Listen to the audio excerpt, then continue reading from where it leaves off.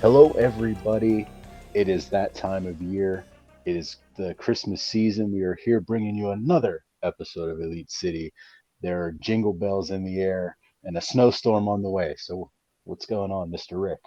I'm pretty good considering. I mean, there's no snow here Yes. yet. They're planning for it. They've canceled everything tomorrow. Like they shut down all the schools. They're preparing, Nice. but nothing's happened yet. So hopefully, wherever anyone's listening, they're Yes. not freezing. They're okay. Yes. It looks like a majority of the states are going to be freezing at least tomorrow. Like it's going to be nasty. And yeah, it seems to be a lot of places that don't usually like we get Yes. it's cold it's Canada, right? So it gets cold every winter, but like a lot of the U.S. doesn't get that. So hopefully they're okay. Yes. Stay warm and stay safe. Don't try to be a hero. I saw some of the videos of this wind that's coming. True. The wind looks like that like it's not producing a lot of snow, but it's literally snowing sideways. Wow. So, oh yeah, it's crazy. So we have that to look forward to. So we should probably get moving in case a storm hits me before it hits you and we lose power. So, anyways, it was AEW Dynamite Holiday Bash. I kept forgetting that there's still Rampage, so this isn't the last show before Christmas. So, uh, all in all, we're going to go through everything, but all in all, it was a great show, a lot of fun, and a lot happened, which I was surprised that so much happened because I thought a lot of people would be home. I don't know. I thought it was I mean, you could tell part of the roster wasn't there just based on who was, but like the shows, it wasn't just like a silly like holiday show where like nothing really matters. They actually did a lot of stuff, so it was good. Yeah, it was very good, and I'm really, really hoping John Moxley gives Santa Claus the Death Rider. That's all I want to see, and it better happen tomorrow because it didn't happen on Dynamite. That's all I want to see. It's perfect moment. It's the Stone Cold Steve Austin moment where he gave Santa the stunner and the 20,000 people went bananas. Yeah, didn't they do that in ECW? I remember people being upset that ECW did it first and then Stone Cold did it. Yes. And people gave him credit. I think it was like Sandman or something. I was gonna say, I think it was Sandman that like he caned. Yeah. Yeah, I think he caned Santa. It's a genius spot. It's perfect. Do you remember that like Survivor, going off topic, Survivor Series used to always have, because it was like the last pay-per-view before, at the time, the last pay-per-view before the holidays. So they always had like Santa come out at the end and like wave to the crowd or whatever. And one year, do you remember when they had Santa Claus? No. They had Santa come out, but then he was like mean Santa and he started like yelling at kids. And then amazing. Savio Vega came out and like defended the kids and like scared off Santa, which would have been fine if that's all they did. But they made Santa like a wrestler, which I don't know how they thought that was going to last outside of like the month of December, right? Like that's a very specific gimmick. Like the rest of the year, what were they going to do with Santa? Didn't last very long. Obviously. That's amazing. Oh my God, that's hilarious. Yeah, like that's a little too specific of a gimmick. I looked it up. Santa Claus was Balls Mahoney. Wow. Wow. So there you go. That's incredible. He was evil Santa. He was from the South Pole and he stole presents. They even had a backstory. Yes. That's amazing. And he was with the $1 million. He was with the $1 Million Man. Of course. Because everybody has a price, even Santa. But Santa only made a couple appearances before never being mentioned again. Wow. That made my life. That was incredible. That was, I think, 1995. Yeah, 1995. Wow. Then he probably left there and went, how did I not remember this? Like, and then immediately went to ECW. Yeah. Yeah. that was like prime me watching wrestling, and I do not remember that at all. No, But I remember specifically because I was like a wow, teenager, so I wasn't like a kid anymore. And right. I remember watching it and being like, "Oh yeah, they always have Santa come out at the end," and then Santa was me, and I was like blown away. That's incredible. But yeah, the fact Yeah, that they tried to make it into a gimmick that lasted more than one show, I thought that was amazing. That they were like, "No, that's this evil Santa gimmick has legs. This is really going to work. We're going to run yeah. this all year round." Oh wow, that is incredible. Anyway, sorry to waste everyone's Anyways, time with a Santa Claus story, but no, I'm happy that I found out that that exists. Like I have things to look up on YouTube if we were done later tonight. Um. Anyways, Ricky Starks is, I mean, we all know he's a bona fide superstar, but as the weeks are progressing, he's getting he's getting more of natural reactions, not like the I said something positive, now it's your turn, right, cheer. yeah. Like they're starting to learn his mannerisms, his cadences, and this promo was very good. Yeah, it was good. Uh, It was a really good promo. It I like because it continued him as a top main event guy. yes, It wasn't just like he lost to MJF and now he's back down the card. yeah. He also hinted of it. He said he's not done with MJF, but we're going to set that aside for now. Um, I Jericho has not gotten enough credit for what he has done. Well, for AEW in general, but just about like the past year and a half. Like he comes out to interrupt. Excuse me, I stumbled over my words there. Comes out to interrupt Ricky, and surprisingly, immediately puts him over.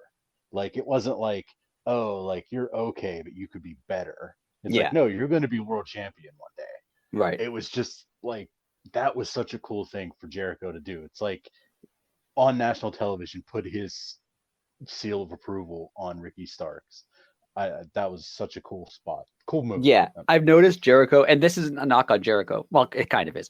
Um, he he always he always seems to want to work with the guy who's like hot at the time. True. Like he worked with Moxley, he worked with Danielson, but he worked with Eddie before.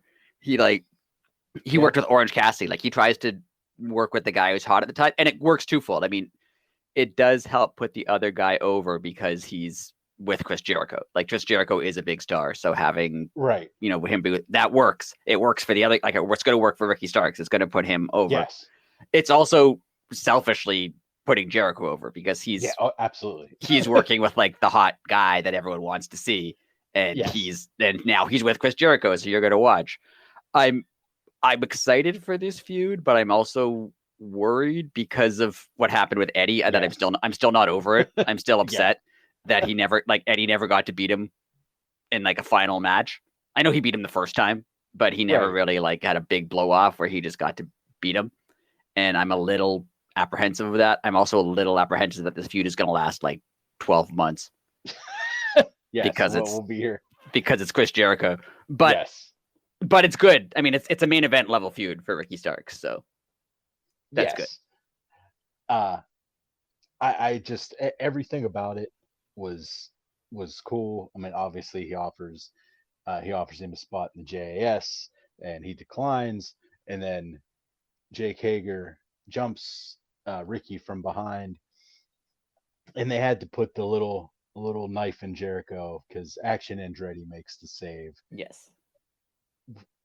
What a, I mean, if I was paying a little more attention, like I would obviously saw that coming, but not like kind of zoning out a little bit. Not, it made me so happy. It was just so cool, like because I kind of forgot that just happened. Yeah, and the Action Andretti thing goes against what I just said about Jericho always working with like the top up and coming, because he's a good wrestler. I'm not knocking him at all, but like 3 weeks ago, no one knew who he was.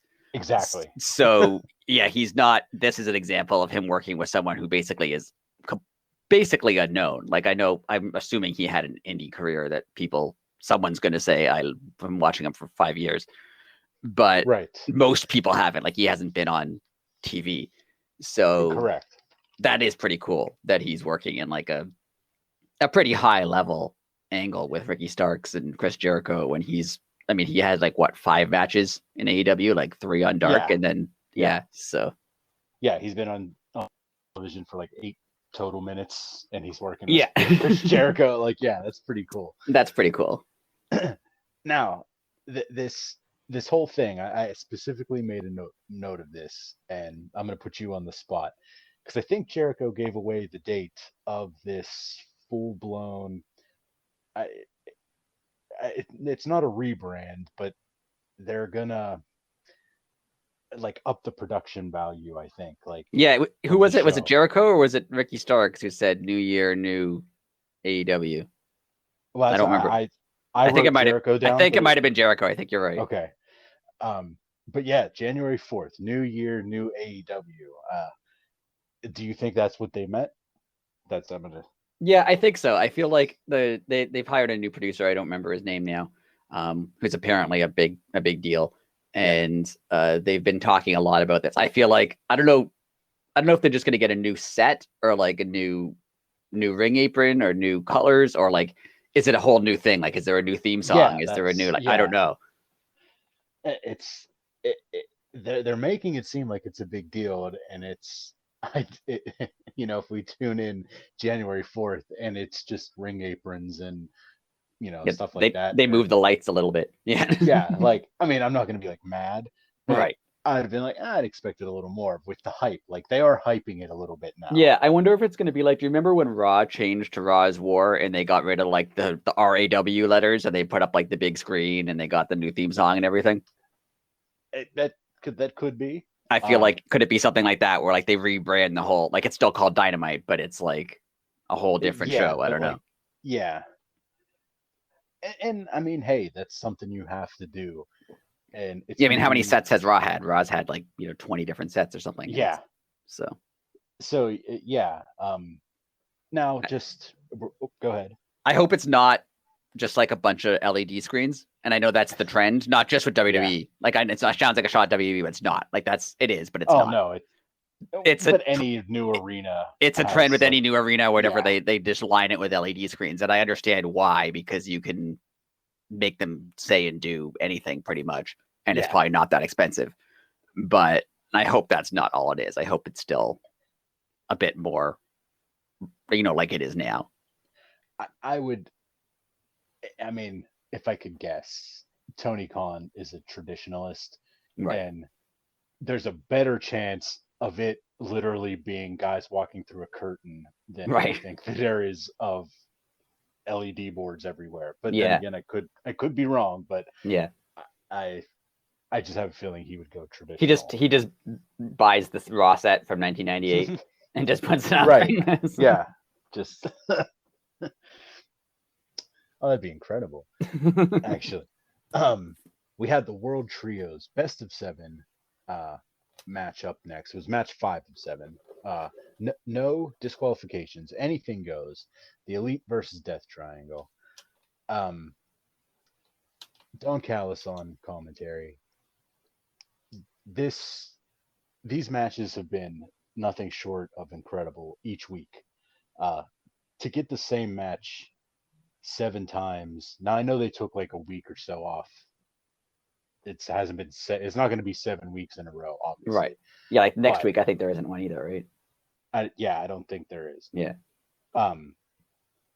So for that to happen and keep your interest, that says something for the people involved, and every match has been entertaining. Yeah, and they haven't just been like crazy moves.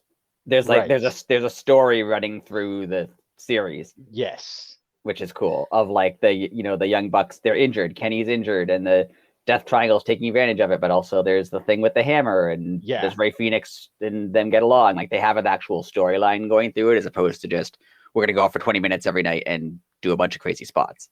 Yeah. And which they also do, but they put a story to it. I would have never guessed that an ankle and a hammer could make intriguing television. Right. It really has. They're doing a really good job. They are. And to me, it just shows the level of detail that they're going, like, that they're willing to go through to, Mick selling the ankle.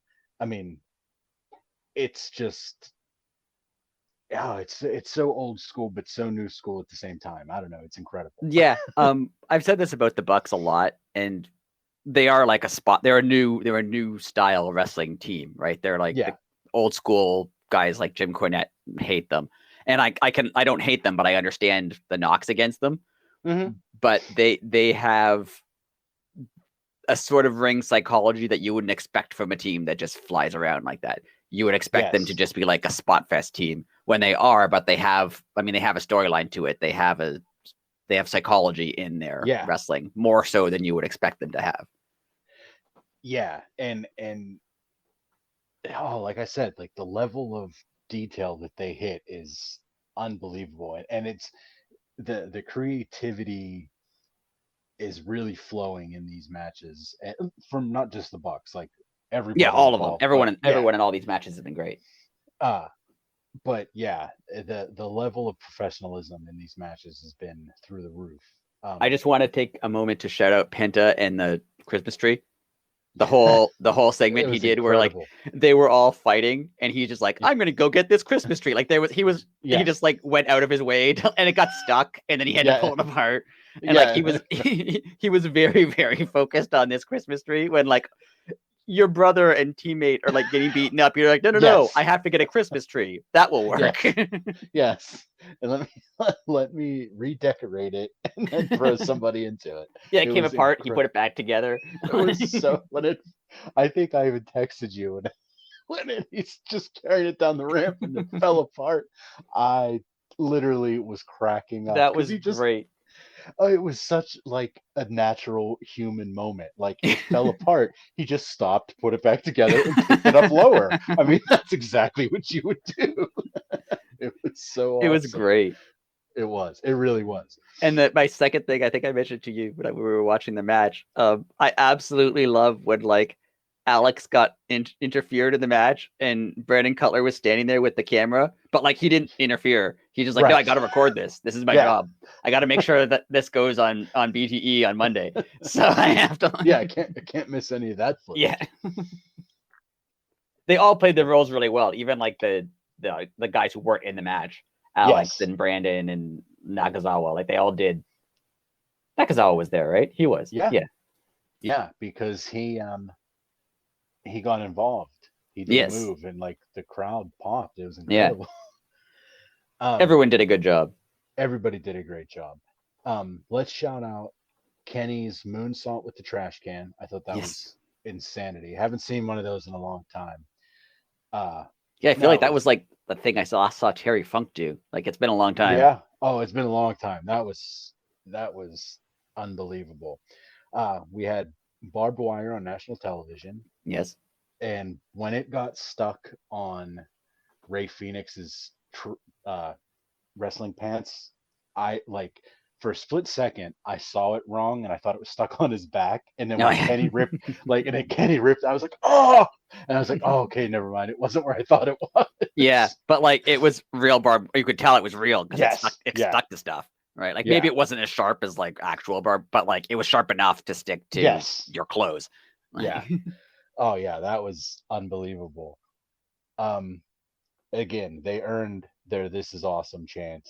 The Elite, obviously, I mean it's going 7. Everybody, I mean they've announced where the 7th one is, so the Elite make it 3-2. They're obviously going to tie it up 3-3 next. Yes, especially because as we know about wrestling, we heard the Bucks on Road to be like, well, no one comes back from a 3-1 deficit. Yes. Like, well, you know what that means. Yes. If we know anything about wrestling, that means you come back from a 3-1 deficit. Yes, it does. I'm surprised they didn't make it a 3-0. I am too. They let them go 2-1. Yeah. But 2-1 makes more sense if you think about it. Because if they go 3-0, then you obviously know. But giving them the win to make it 2-1, you can still have Death Triangle lose one. Right. So they did it smart doing it that way. Right. Not 3-0. So I wrote down next week, but it is not next week. The next match is Falls Count Anywhere. Yes. That is just there's better be like 18 referees because with 6 guys, none of them are going to be where they're supposed to be. Right. Let's just say that. It's going to be. I think this one has potential to be the most entertaining because they're going to go wild. Yeah, I think Falls Count even more so than a ladder match because ladder matches are great. I love them. Yeah. But they always have those like weird moments where like someone has to really slowly climb up the ladder because you can't just walk up and win the title right away. So every ladder match has those, but like Falls Count Anywhere, like they could just be ridiculous. Yeah, like they're gonna be outside, inside. They'll be jumping off stuff. They'll be in concession stands. They'll be like, it'll be fun. It's gonna probably cost Tony a lot of money, but it's gonna be fun. I love chaotic nonsense, so it'll be fun. Oh, it's the best. Excuse me. I really liked the next segment. I don't know if this is going to be part of like the new AEW moving forward, but they did it wasn't live, it was from last week, but it was MJF's reaction to being chased down by Danielson. It was like after the TV cameras went off type segment. That was really cool. I liked it.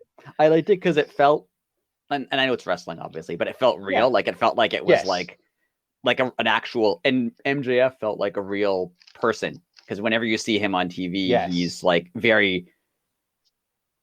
he's well spoken to the point that in character, even, he's planned out what he's going to say, not even like as a wrestling thing. Like he's a person who's very composed and doesn't say things that he hasn't already thought about saying. But this felt like a more, human, more real moment of him just being like upset. It was good. Yeah, it was very good. Like I said, I hope that's a sign of things to come because I really liked that. Like it just had a cool vibe. It was its own thing, but it was new. Like I don't know if I've ever seen that in wrestling, like done that way. Yeah, not often at least. Like it's not a thing that I've done that, and I like it. I think it's cool. Yeah, I'm totally down with it. We had another backstage segment with Action Andretti and 2.0. Anytime 2.0 is on television is a good time. So, I mean, obviously you saw you didn't see what was going to happen, but they weren't there to congratulate him like they said they were. Right. They're so amazing. I just love them. And the greatest thing is I went back and watched the clip again whenever Angelo Parker goes, and you might say you're on fire, and then he looks at the camera. And then Jericho throws the fire. When you go back and watch it, the look that he gives the camera is amazing. I didn't even notice that, but I can picture it, and it sounds really fun. Oh, it's great. He just says you could even say you're on fire. And he just like deadpans the camera. It's amazing. So is Jericho a wizard again? I hope so. Because he's throwing fire again. Yes.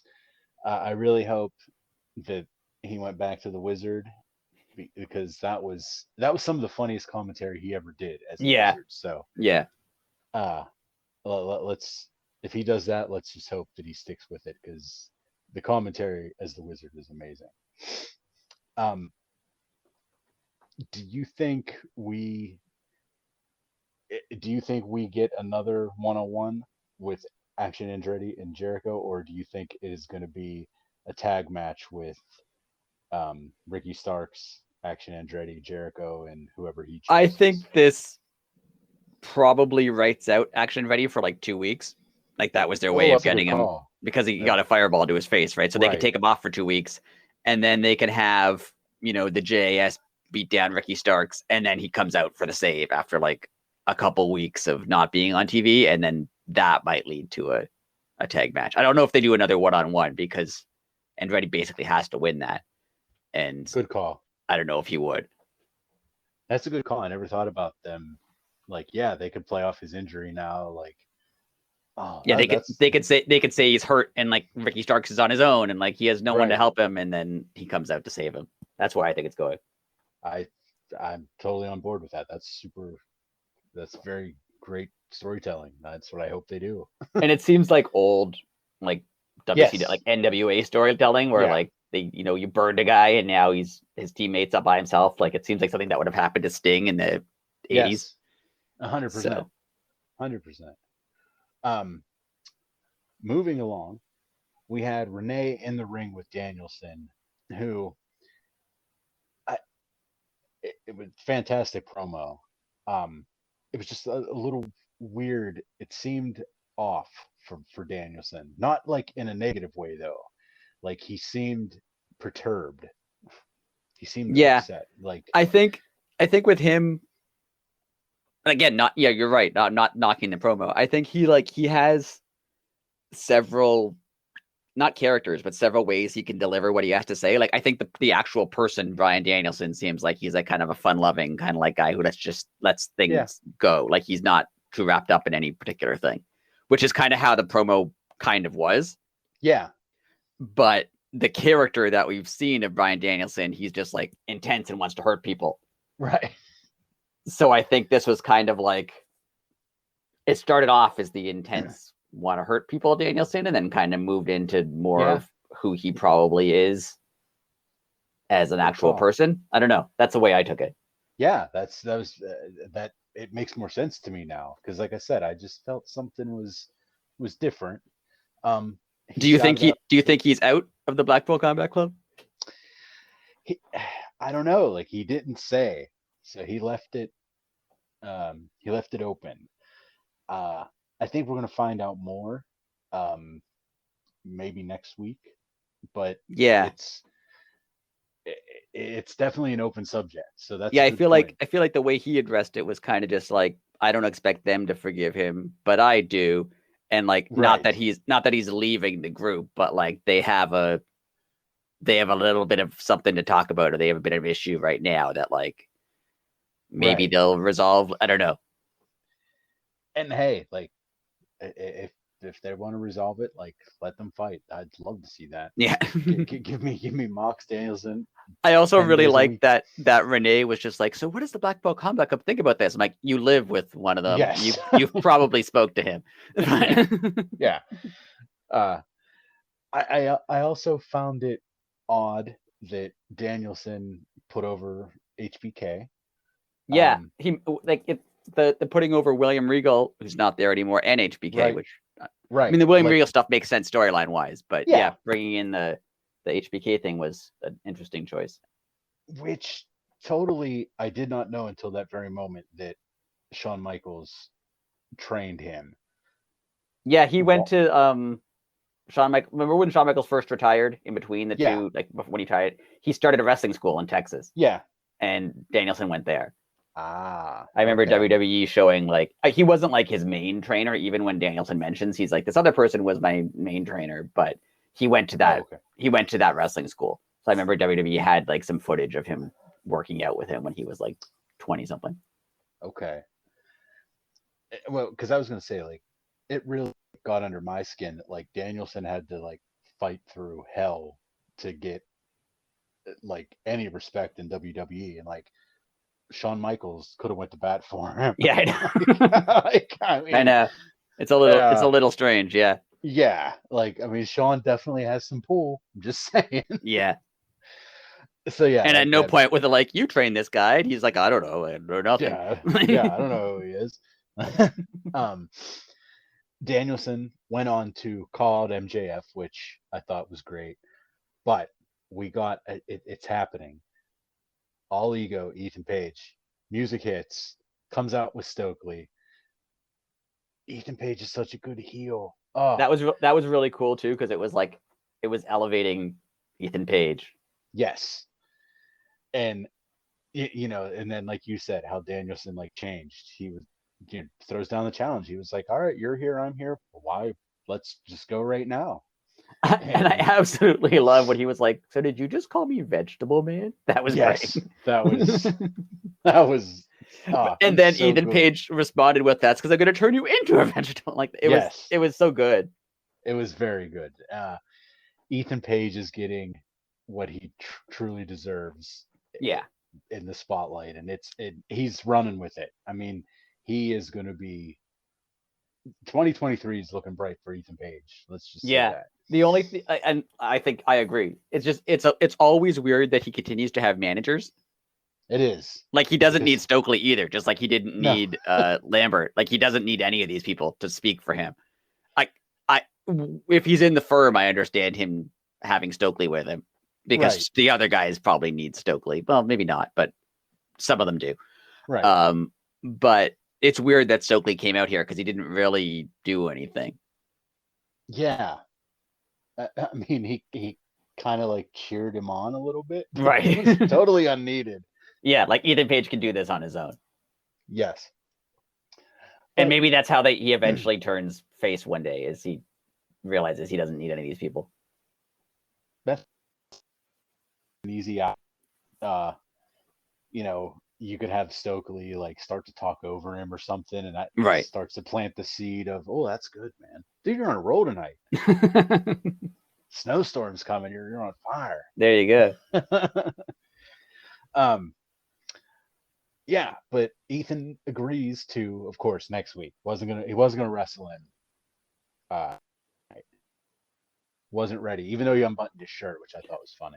I know it's such a heel thing, but I love any time a heel's like, fine, I will accept your challenge, but not today. I like it every time they do it. I think it's great. Yeah, it's just an ongoing gag of 100 years. It's great. Yeah. it's great. Yeah, it's amazing. We did learn that this is the moment you've been waiting for. I could say the name of the Battle Royal. Spoiler alert. We learned that we're going to have a trios Battle Royal, which is the 300,000 Three Kings Trios Christmas Battle Royal. Thank you. Wrote that nice down. Job. Thank you. I'll never get that right again. I literally wrote it down in bigger letters and like underlined it. I like because Tony Schiavone also didn't get it right. Yes. And none of them wanted to like make fun of it. They're like, well, that's the name of it. Yeah. It's an absurd name for all your $300,000 purse trios Battle Royal. I don't know, but that's all I'm saying. And there's also people on the internet. It's wrestling people. Tony Khan is not paying them $300,000. Like also the Dynamite diamond ring, not made of diamonds. Probably just a ring. Probably just a ring. Yes. Yeah. Like people were like, first off, how could you be mad at this? It's pro wrestling. Like this is not a contest at all. So it's like let's remember it's predetermined. They already know who wins. Yeah. Yeah. So he's not just going to give a team $100,000 each because he picked them to win this match. Like I can't even say that out loud.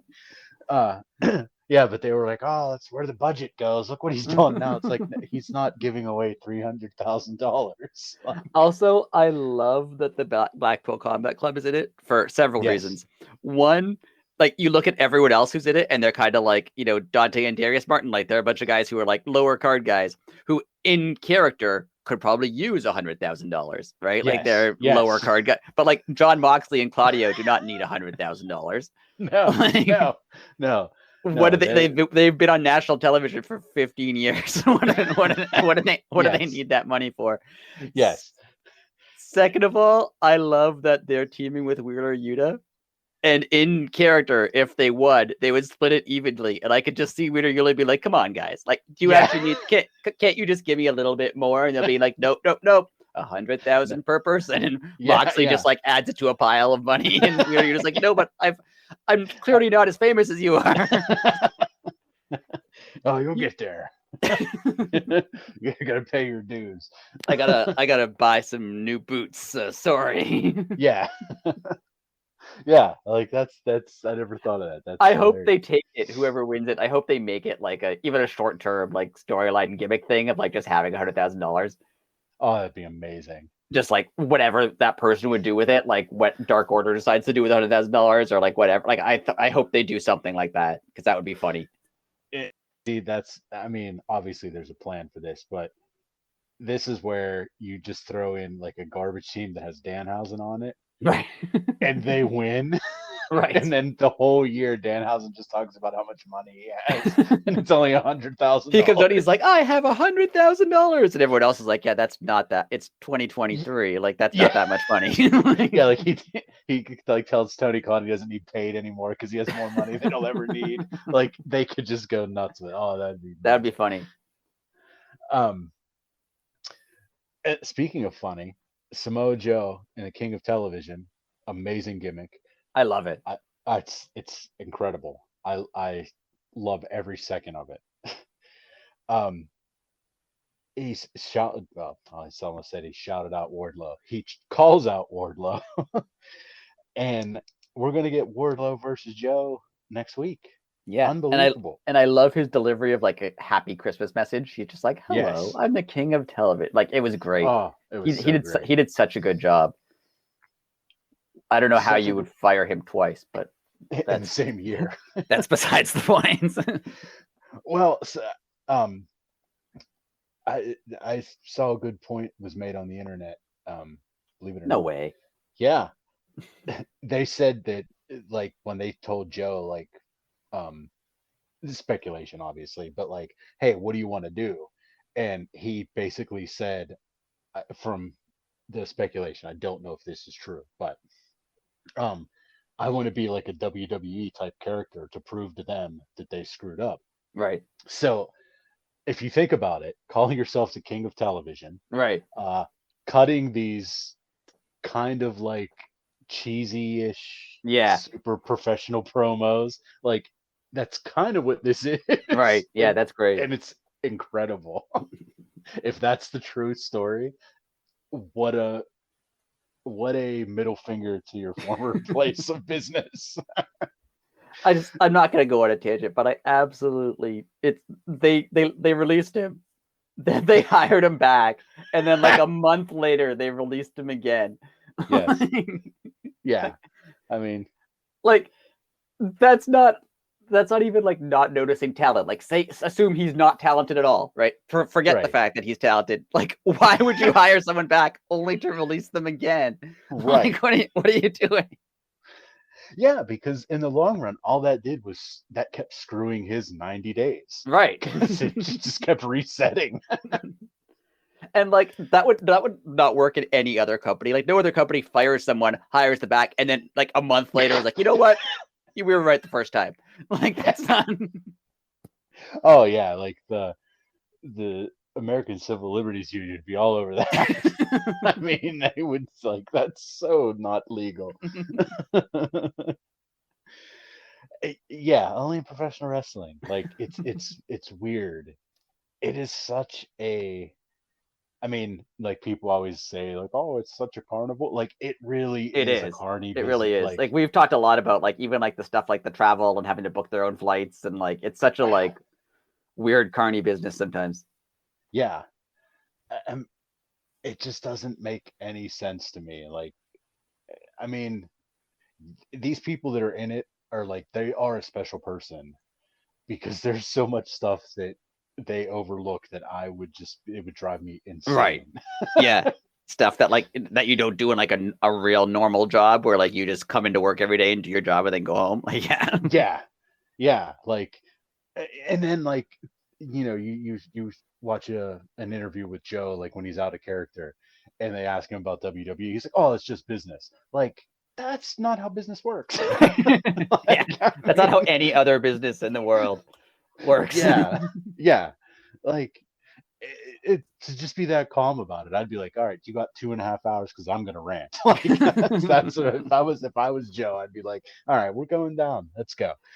I understand. Like this is off topic, but I understand. Yes. I understand why like people don't want to burn a bridge with WWE by just like attacking because you never know when like you could need a job again and want to come back.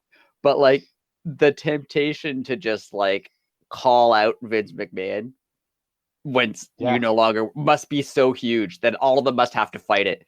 Like how badly must like everyone he's ever fired want to just like go off on him and just have it because they're like, no, it's not professional. But they want to. Someone's going to. Yeah. For as much as it's just business, you don't hire a guy, fire him back, fire him again, and have him go, well, just how it goes. Like, no, that was like either that was vindictive on purpose or incredibly poor planning. That was 100% punishment to Triple H, in my opinion. Yeah. That was Triple H got a little bit of power, and he tried to hire a guy who was his guy. Right. And then Vince, he said, no, that's not how we do things. Yeah, I feel like them firing Regal was also a shot at Triple H for no reason. Like, just to be like, no, you're not in charge. I am. And again, why would you put up with that? Like, right. First and foremost, you would never have to work again just because of who your wife. Well, first off, you made millions of dollars too. Let's just say that. Like, and because of who your wife is. If I was him and I would have walked in, like I would have did the Grandpa Simpson when he walked into like the strip club that Bart worked at and just turn around and walk back out. Like I would have walked into my office, he would have like smarted off to me. I would have been like, yep, okay, see, I'm done. I would have just went right. I would have left and never went back. Speaking of The Simpsons, you know the one when Homer runs for sanitation commissioner and does a terrible job? And then they try to bring the old guy back, and he just like, I'm just so happy to leave you wallowing in the mess you've made. Goodbye. I feel like that's how Triple H should have responded when Vince stepped down and like, now we want you back. I would have been like, nope, it's not what I'm doing. Yeah. I've seen this company. It's terrible. I'm rich. I don't need this. I had a massive heart attack. I don't need this. I don't know why you put yourself through that willingly. Right. I don't know. I guess it's an ego thing.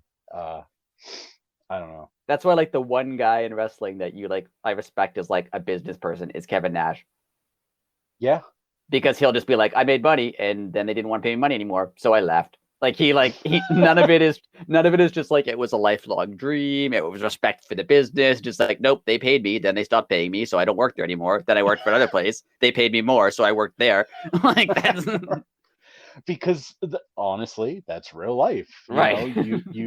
You see when you max out at a place and you realize you're not going to get any higher in the company or any more money. Well, you start throwing feelers out, and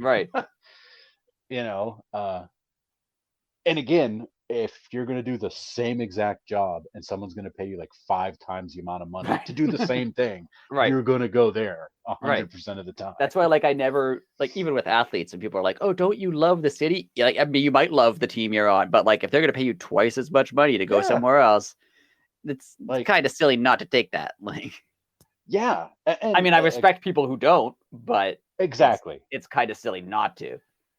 And again, like, we always talk about like all pro sports, but like your window is so small. So make as much as humanly possible in that little amount of time. Yeah, if tomorrow someone who I really like it, like, you know, MJF was like, I'm gonna go to WWE because they're gonna pay me twice as much money. I'd be like, yeah, it's too bad that you're not on AEW anymore, but like, that totally makes sense.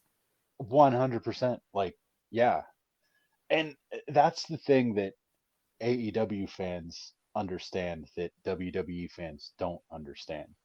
WWE fans take it personally, and if you notice, they're always like, "Oh, they turned their back on us." They did. First off, they don't care about you, as they shouldn't, because this is their job. Right. Like, yes, they'll sign their autograph. They'll give you a couple minutes of their time. And like, if you chant their name at a show, they're probably happy about it. But you're right. They're like, but is the general consensus, they're going to ask you your name, they're going to write it on a piece of paper, and then you do not exist because you're no longer a paying customer. The next guy is the most important guy, you know, like, and so there's nothing to take personal. Like, if you're truly a fan, like you just said, you should be like, that's great that they're doing that, because they're branding themselves on a, I mean, face it, WWE is bigger. It's even though AEW is a national company too, but WWE just gets the bigger gigs. Like, you know, obviously guys have hosted Saturday Night Live, you know, made big time movies. Like, it's a different ballgame up there. Right. And if you go there and you survive, you have a very good opportunity to not have to wrestle anymore. Right. Yeah. Moving right along, we had a Hook match versus Exodus Prime. Typical Hook match. Shockingly, Exodus, Hook won. I was very surprised. yes. Exodus Prime did not get much in.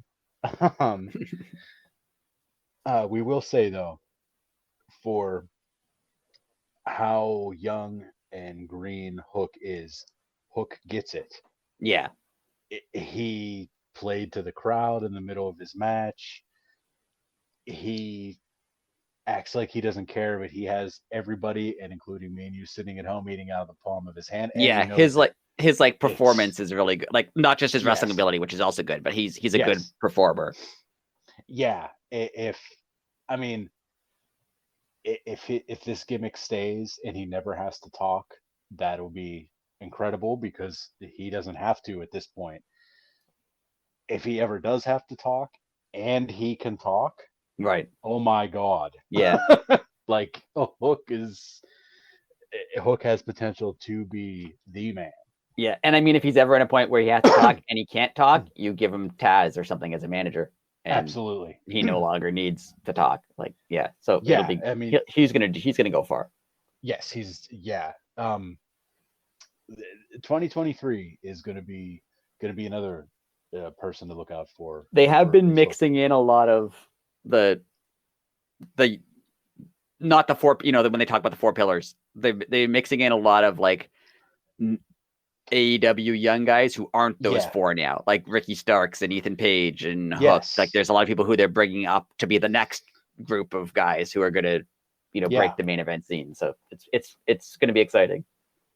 And speaking of guys being called up, we had Mox versus Darius Martin. Well, we forgot that at the end of the Hook match, they were beating up Jungle Boy backstage.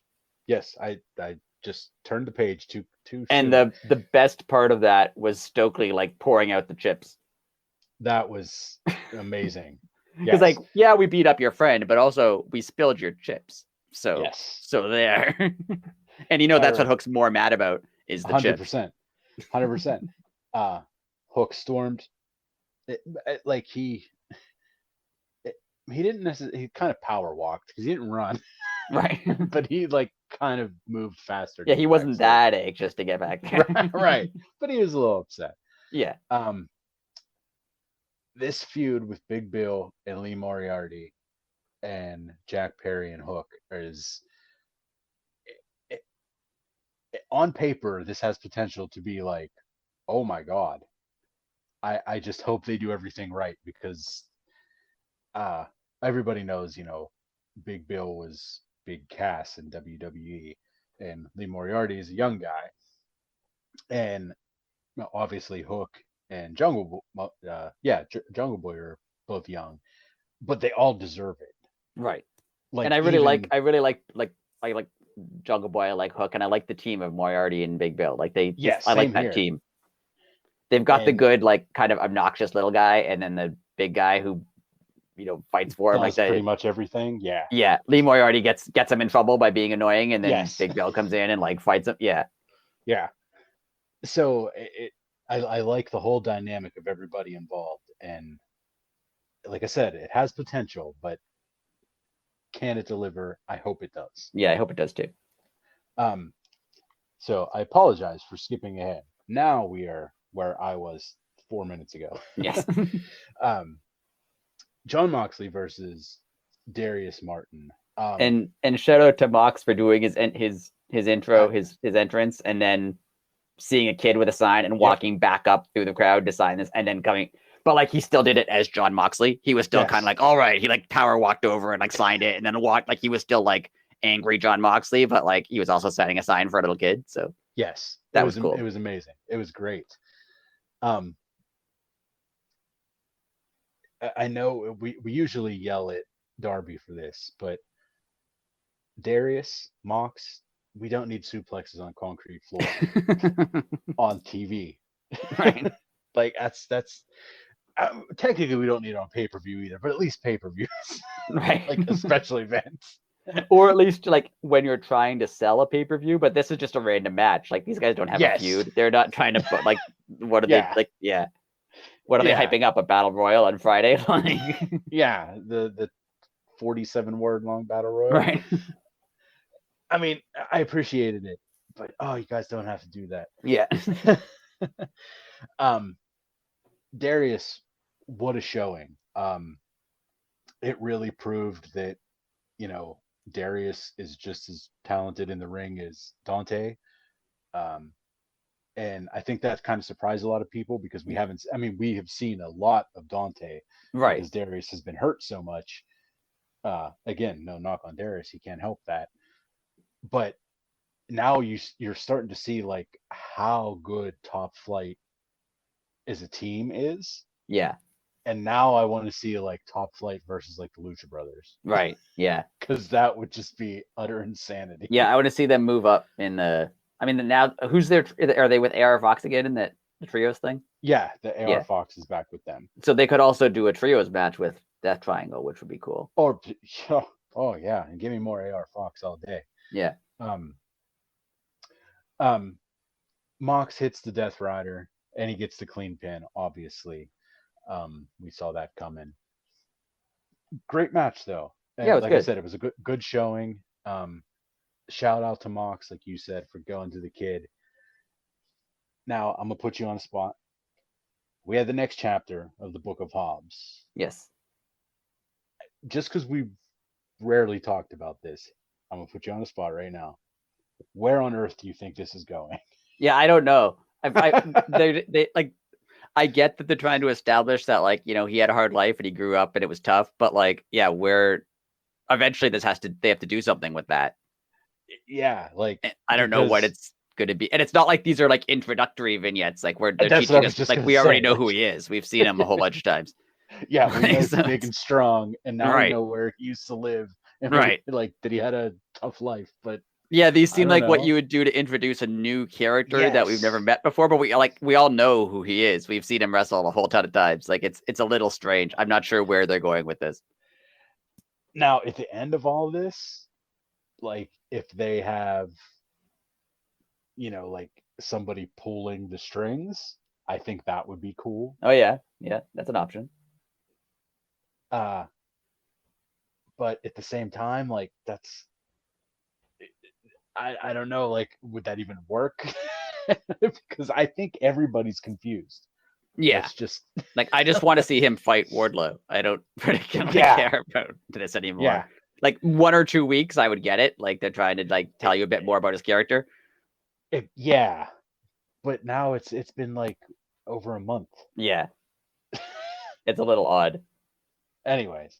Yeah, I mean, I don't hate them, but I don't hate them. Like, there's nothing wrong with them, but it's a little odd.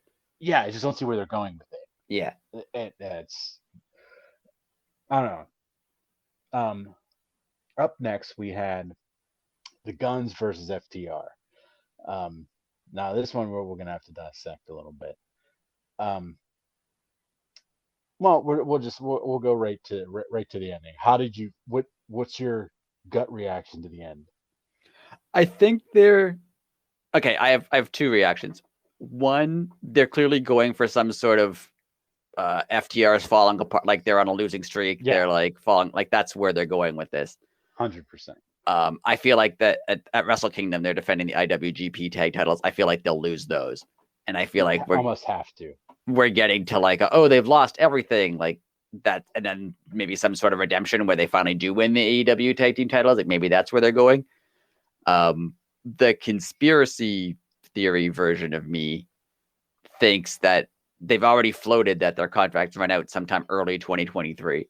Right. And my conspiracy theory, and once in a while, Dax will talk about WWE on Twitter or something. He'll like say, "Oh, I wish I could have a match with Cody." Like I think he said today.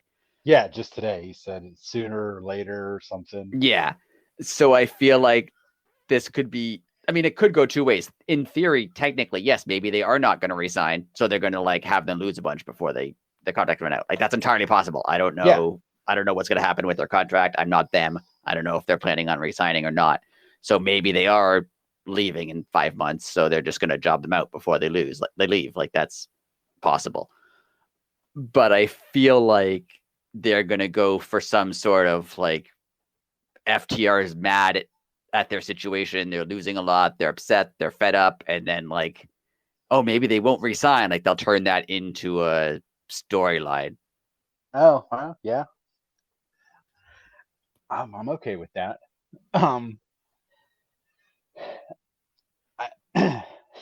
I, when it first happened, I liked the ending, and then now I don't like it. And I'm gonna cut into what you just said. I agree. I think that's what they're doing with them is they're kind of hinting that we're gonna take everything off them because they're not gonna be here. Right. But I just unless they really have super mega plans for the guns, all this match did was hurt FTR in my opinion. I agree. Yeah. Uh and no disrespect to the guns. I mean, they're really good at what they do, but obviously they cheated. Yeah. And obviously there's going to be like comeuppance. I mean, Right. like there's going to be a rematch, there's going to be a stipulation or something, and then FTR's like they have to win that one. And then all of a sudden now you have a series because now you have you need the third match. It's Yeah. just Yeah. And why are they feuding with the guns out of all? and that's what I was just gonna Yeah. say. It's a Like little. because the guns made fun of them. Like aren't these Yeah. people supposed to have thicker skin? Like FTR's whole thing has been kind of weird because when they won all the other tag titles, and especially, I mean, I'll go off topic a little bit later, yeah, but when they won all the other tag titles, it seemed pretty natural that they were next going to challenge for the AEW tag titles. Like that made absolutely. 100% sense. And the fact that they didn't was really weird, especially because they were super over when they were winning all those titles. Like you Yeah. thought that they were definitely going to challenge for the next one. Um, the the not conspiracy theory, but the rumor person in me says that the Bucks didn't want to lose to them again. I don't know. That's what I've heard. I've heard that like Oh, the Bucks okay. didn't want to lose to them again or didn't want to put them over again, and that's why they didn't have that match. And it was never supposed to be the Bucks. It was supposed to be the Hardys with the tag titles. Okay. So once the Hardys were out and the Bucks didn't want to job to them again, they kind of didn't know what to do with them. But that seems a little weird to me. Yes, that seems weird to me also. Unless like I said before, like maybe the Bucks are just like horrible to work with. Like it's entirely possible. I don't It know. is. Right? Like maybe they're just like there's a reason like FTR and CM Punk and people really hate them. Maybe they're just obnoxious. Like they might be. I don't know. So Yeah, I don't know. just interesting. It's just weird what's going on with FTR right now. Yeah, I mean they were supposed to have even Tony Khan himself has said that they were supposed to have a angle with Punk Right. coming out of All Out, and Punk got injured, so they couldn't do that. So I get that that's probably why they didn't have much of a direction for a while because they're trying to figure out what else to do with them. But having them lose a bunch of matches seems weird. I agree. And I don't know if that storyline has ever worked. I know they've done it a lot in wrestling where like, oh, this guy's going to go on a losing streak. Like, has that ever helped anybody? Having them just lose a bunch of matches and yeah, maybe they win one, but yeah, they lost like, 10 matches before that. So Right. I don't know. It's weird. Very. And I don't know how what the plans are. I mean, I have faith. Like, I mean, Tony Khan has dropped the ball very few times, so Like it's them just this losing to one the could Acclaimed use. made sense because the Acclaimed is a big, they're probably the hottest Yeah. team in AEW. So of course that made sense. And if this was them losing to, you know, someone from the Jericho Appreciation Society or Mox or something, like you could be like, okay, that's why they're losing. But yeah, you're right. It's the guns. It's not like they're not positioned as one of the top teams. Yeah. But hey, like I said, maybe there's a plan. Yeah, hopefully there's a plan. Yeah, and we'll find out. Next on the docket, we had Shivani in the ring with Rick Ross, who probably had to pay some fines after after his few minutes in the ring. Well, that was just so great. It was hilarious. Keith Lee comes to the ring first, and Rick Ross drops big F-bomb on national television. And Tony Khan probably was not too happy about that, but hey, uh, it was fun. And then the weirdest, there was a few weird segments in a row. Yeah, this was a really strange one. Yeah, Swerve kind of came down and did his little, like, slimy little heel. He's just so good. Swerve was not weird in this. No, Swerve was perfect. Like there was nothing wrong with Swerve's performance. It seemed like they were like was Parker not in the right spot? Like Parker Bordeaux came out. Parker Bordeaux came out with another guy. Was he not in the right spot? Like Swerve seemed like he took his time coming out, and then the attack on Keith Lee was really late. Like the timing was really off. Yeah. I don't know if like someone got lost backstage and like went to the wrong, like seriously, maybe they told Swerve, hey, he went to like section 2 and he's supposed to be in section 4. So like stall for a bit or something. Yeah. But yeah, as you said, Parker Boudreaux comes out with. Is it Boudreaux or Bordeaux? I don't know which one it is. I say it both ways every time. I still don't know what it is. You should see how I spelled it. I have Boudreaux. I know that's not even close. It's Boudr. So it's Boudreaux. Boudreaux. All right. Okay. Boudreaux. Like Bruce Boudreaux. No, he's Yeah, sort of similar. Oh, so I'm saying that wrong too. I don't remember now. Now I can't think of it. Anyway, okay. This is Boudreaux. Okay. It's not Bordeaux. It's Boudreaux. Okay, it's Boudreaux. We'll go with that. And another guy whose name I still do not know, along as anybody else. I love when that guy came out. Like I immediately went online. Like I went on Reddit. I went on Twitter. Not a single person knew who he was. Like usually you'll read it and someone will go, "Oh yeah, that guy was in some other indie. I've seen him before." But like, I was like, "Is this guy even a wrestler? Like, who is he? Like, did they just find? Is this just like someone's friend? Like, did he jump the rail and not get in trouble? Like, they just put out a casting call for someone with a lot of tattoos, and this guy showed up, so they were like, "All right, you can be here." Right. Like, it was the whole thing was. I love Swerve. I think his feud with Keith Lee is going to be great. Rick Ross has been hilarious every time he's on. Yes. Parker Boudreaux, I think, is going to be a good. I'm not saying he's going to be like a main event guy, but he has talent. He has a lot of potential. Yeah. This other person is a person. But that's all we know.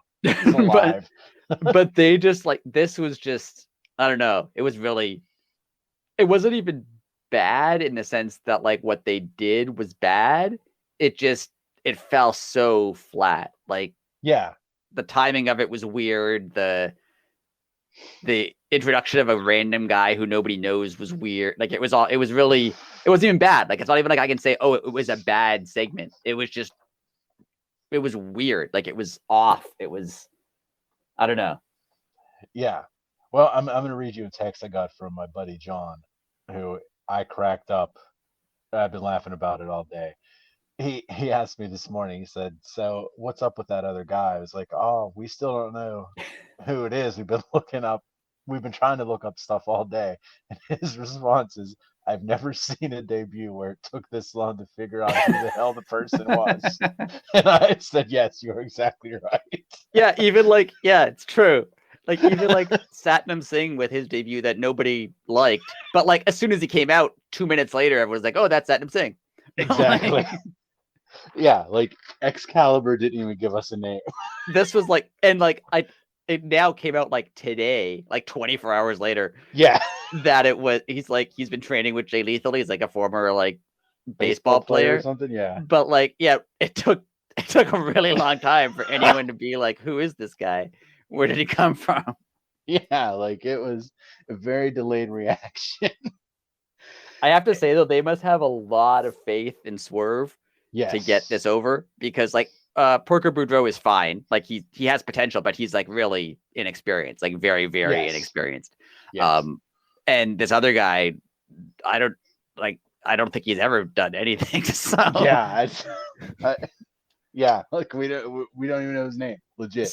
Yeah, I have no idea who he is. Like, I don't. So the fact that like they're trusting Swerve to like get these guys over shows that they have a lot of faith in Swerve. I feel like they're just going to be like henchmen. I don't think this is going to be a stable where like all of them, we want all of them. It's not like the Shield where we're like, oh, we want all of these guys to be main eventers, or even like, you know, the Jericho Appreciation Society where like you can tell they're trying to like push Sammy in 2.0 into like bigger roles. Like, I don't think this is that. I don't think they're like, oh, we're going to use Swerve to elevate other new guy into like a world championship. Like, I don't think that's the point of it. I think the other guy is just there to be like a menacing guy who like fights on behalf of Swerve. Yeah, I was just gonna say I could almost see them being like the original Wyatts, like with Harper and Eric Rowan. Like, they were still part of the story, but they were in the background and they were always like a mid-tier tag team. Right. But when Bray was in the main events, they were right there.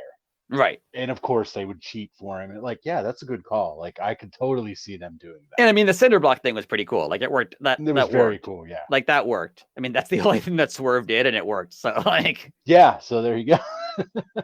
That was good. I was just thinking, I would love if next week he just comes out with like 2 other guys covered in tattoos. Yeah. And it's just like, no, those are the guys. What do you mean those aren't the guys? Those are different guys? Oh. And just like, he doesn't know who these people are. He just like hires whoever looks menacing and like isn't aware of who they actually. I think that would be great. That would be amazing. Every week he just brings in some other menacing looking guys. Like, no, these are my guys this week. Now, they had those hoodies on, which I could not read what they said, and nobody said what they were. Is that the T-shirt is Mogul, not Mogul. Is it Mogul Associates? Okay, they did say that was. I forget if it's associates or affiliates or. No, it is affiliates because he said these are my new affiliates. Okay, so it's Mogul Affiliates then. Okay, so is that the name of the stable? I don't know. I get. Okay. I mean, Excalibur was like, "Oh, he's wearing the same shirt," so I guess the shirt is the name. I don't know. Okay. Well, hopefully Swerve explains himself. Yes. Yeah. Hey, and more Swerve time. I mean, that's always good. Yeah, I kind of want him to be like, like when he came out, he was kind of creepy, like, you know, walking kind of weird, and like I want him to be like the kind of creepy guy who just like talks, you know, like his promo a couple weeks ago when he barely said anything, but he talked kind of quiet and like it was kind of Jake Roberts-ish. Yes. I kind of want him to do that, and then he just has these 2 big guys who just come out and fight for him while he like, you know, schemes in the background. Oh, that would be amazing. That would be cool. That would be super cool. I'm down for that. The segment was weird, but I'm not like I'm still feel like they can make this into something cool. Just the segment. Oh yeah, absolutely. It's not dead, but it was just an odd start. It was a very weird, very flat start. Like, you could hear the crowd be like, "What is happening?" Like, they all seem very confused. Even Parker Boudreaux coming out, like, it was late, and then he like, even when he was fighting Keith Lee, like he didn't do much. He kind of just pushed him a couple times and like hit him. Like, he did. It's not like he hit him with a chair or like did anything. Like, it was weird. Good call. It was very weird. But hey, hopefully, I feel like Swerve can turn it around. Swerve can turn it around. He definitely will. He's super talented, so he'll turn it around. 100%. Yeah, Swerve. I have all the faith in the world in Swerve. Yeah, and that's going to be amazing. Our main event of the night: AEW Women's Championship, Shida versus Hayter. And boy, did it live up to the hype. Yeah. I mean, what a match. Jamie Hayter is the most over champion I think AEW has ever had. And she got herself over like just on her own pretty much. Like they never really pushed her. She was always just like, you know, Britt's associate, and like she just kind of got herself over just on like having a kind of cool character and being good in the ring. Yeah. Like I was thinking back to like the first Rampage where she returned and joined Britt, and like nobody reacted because nobody knew who she was. Knew who she was. She went from like that. So I guess that's a lesson for new guy. Yeah, you can show up and have nobody know who you are and give you no reaction, and in a couple of years you can be a big deal. So yeah, she's done it. Like she's got herself over really well, and she deserves it. She's great. Like she's 100%. And that's the thing that I always say about AEW, where it is the absolute counter product of WWE. They hold that exact statement in their back pocket. If you come to AEW and you put the work in, you're not stuck in any character. You're like how they're hard headed. And if you're Bill the plumber, I'm sorry, buddy, but that's what you're going to be if you're right. here. Like you're always going to be that. If they just let you go and whatever you want to do, well, probably not whatever, but you know what I mean? You can pitch your ideas. And I can see how that's intimidating to some people. I know Big Swole had that problem, but even Saraya, when she came to AEW, like when she cut that first promo and it didn't go over that well, they both basically said that like if you're a kind of person who is a very creative person and can, come up with your own storyline and create your own character and your own mannerisms, and like this is good for you. But if you're not, like if you've never had that experience, like Saraya was even saying like she never cut a promo where they didn't tell her what to say. That's unbelievable. So the fact like that's why her promo was like off, because she'd never done it before. Usually they're like, this is what you say. Right. Whereas with this, they just basically told her like, oh, go out there and put over this match.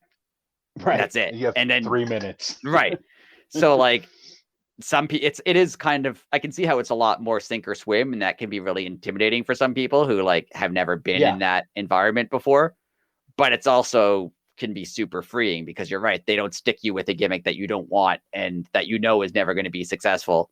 Right. And you have to keep playing. You don't have to be Stardust and just keep that gimmick forever, whether it's not going to go anywhere. You can do something else. Yeah, you do not have to, you're not given something, and that's not to say they don't work with you. I'm assuming Tony Khan works with, or someone backstage works with them on their character. Like, sure, but they don't say, this is your gimmick, this is your character, this is what you have to say, and even if that's not going to get over, you have to do it. Yeah. Oh, yeah. And whereas someone like Jamie Hayter, like they basically, and this isn't even a knock, like they gave her nothing. She was like Britt Baker's backup. Yeah. And that was her role. And she turned that into, I don't think they ever planned on her being women's champion, at least not right now. Right. I agree with that. I feel like that wasn't the plan. She just got over and they were like, yeah, why not? Let's try. And she's doing great. Oh, she is doing phenomenal. And that's not a knock on Shida either. She's also doing great. Yeah. Oh, yeah. Oh, this match was unbelievable. It was such a physical match. Talk about things that people don't need to do on regular show. Ladies, you don't need to suplex off the apron too. Oh, that was nasty. Yeah. That was nasty. And I get why they did it, because this 100%. Was their shot, right? Like they had never been in, they don't get too many, first of all, the women in general don't get too many main events.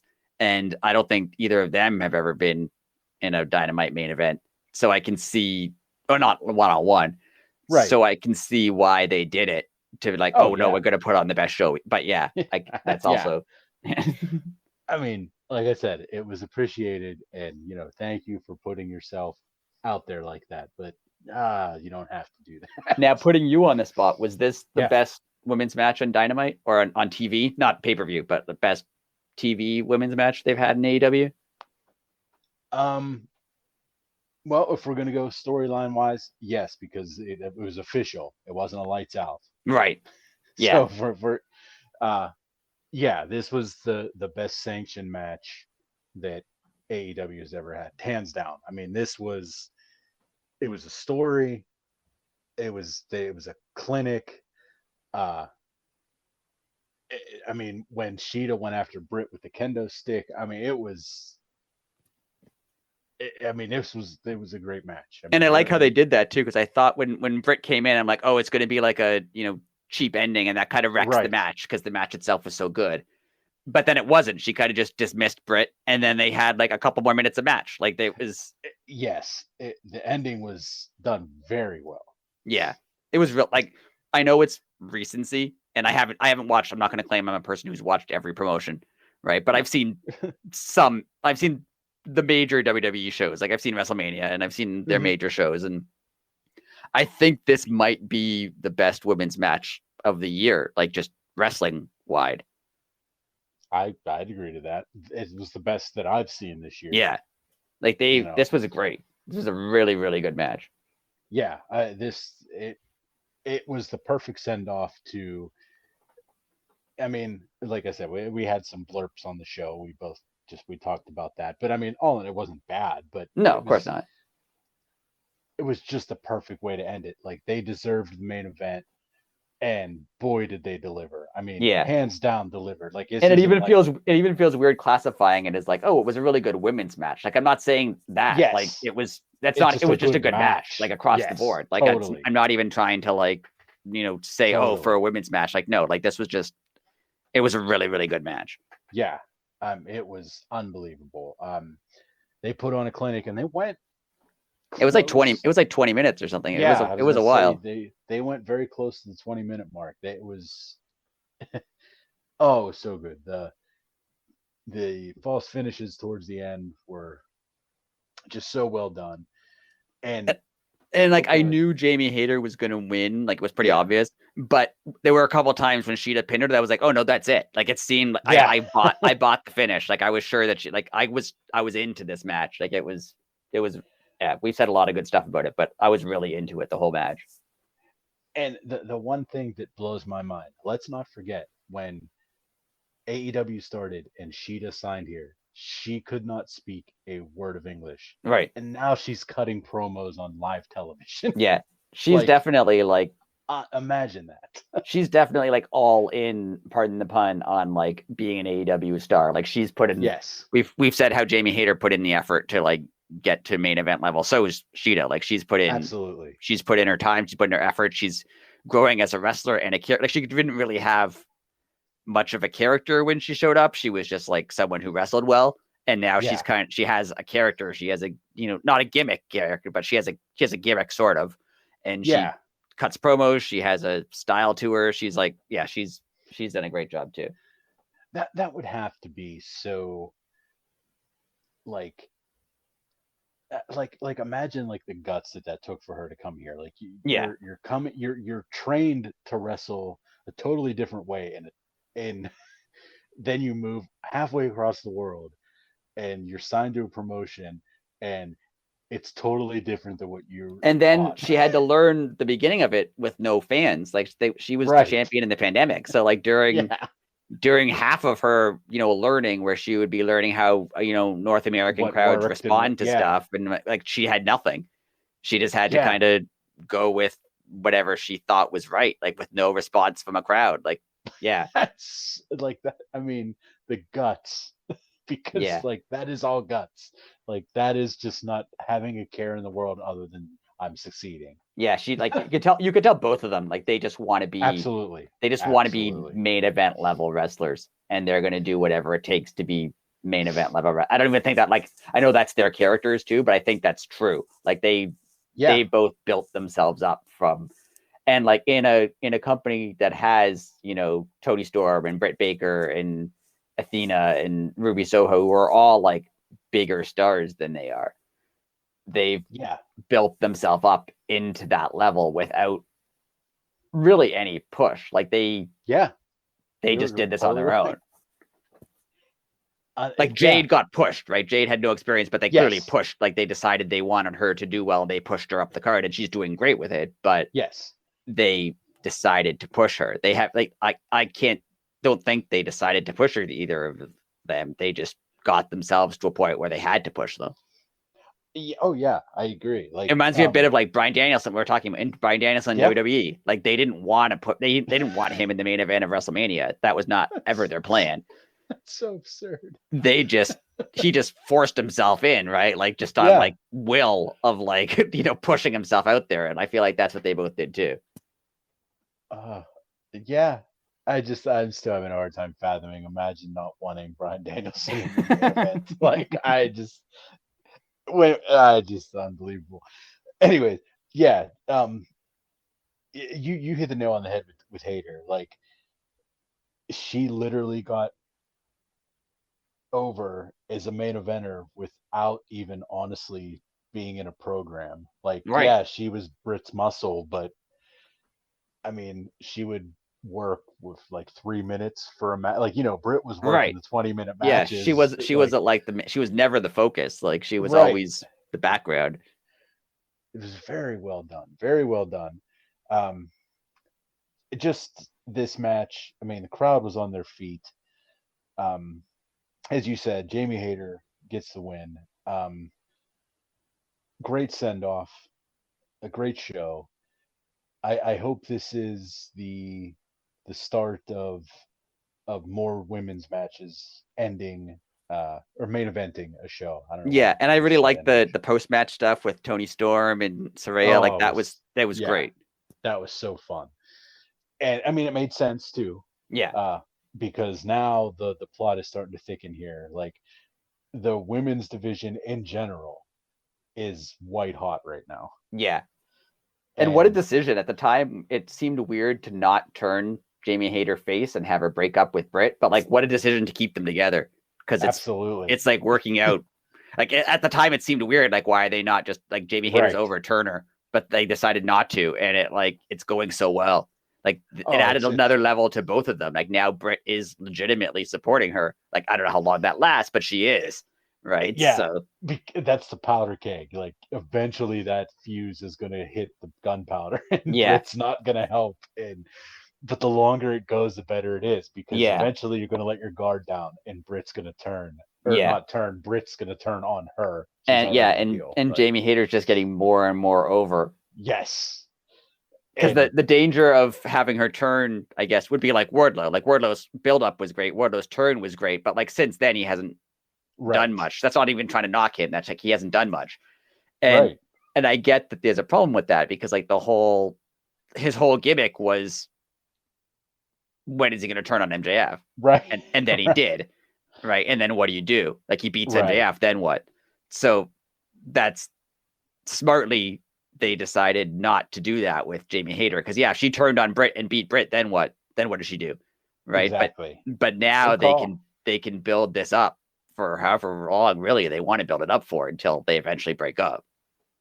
Yeah, and it's like I said, the longer it goes with them two, the better because you're eventually going to get too comfortable and you're going to let your guard down as a fan, and then Britt's going to Yeah. pull the trigger, And and it's going to be Britt's gonna turn when great. you don't expect her to turn, and Right. like when it's more heartbreaking, like when Jamie really needs your Yes. help or something, she's gonna turn, and it's gonna be Yeah.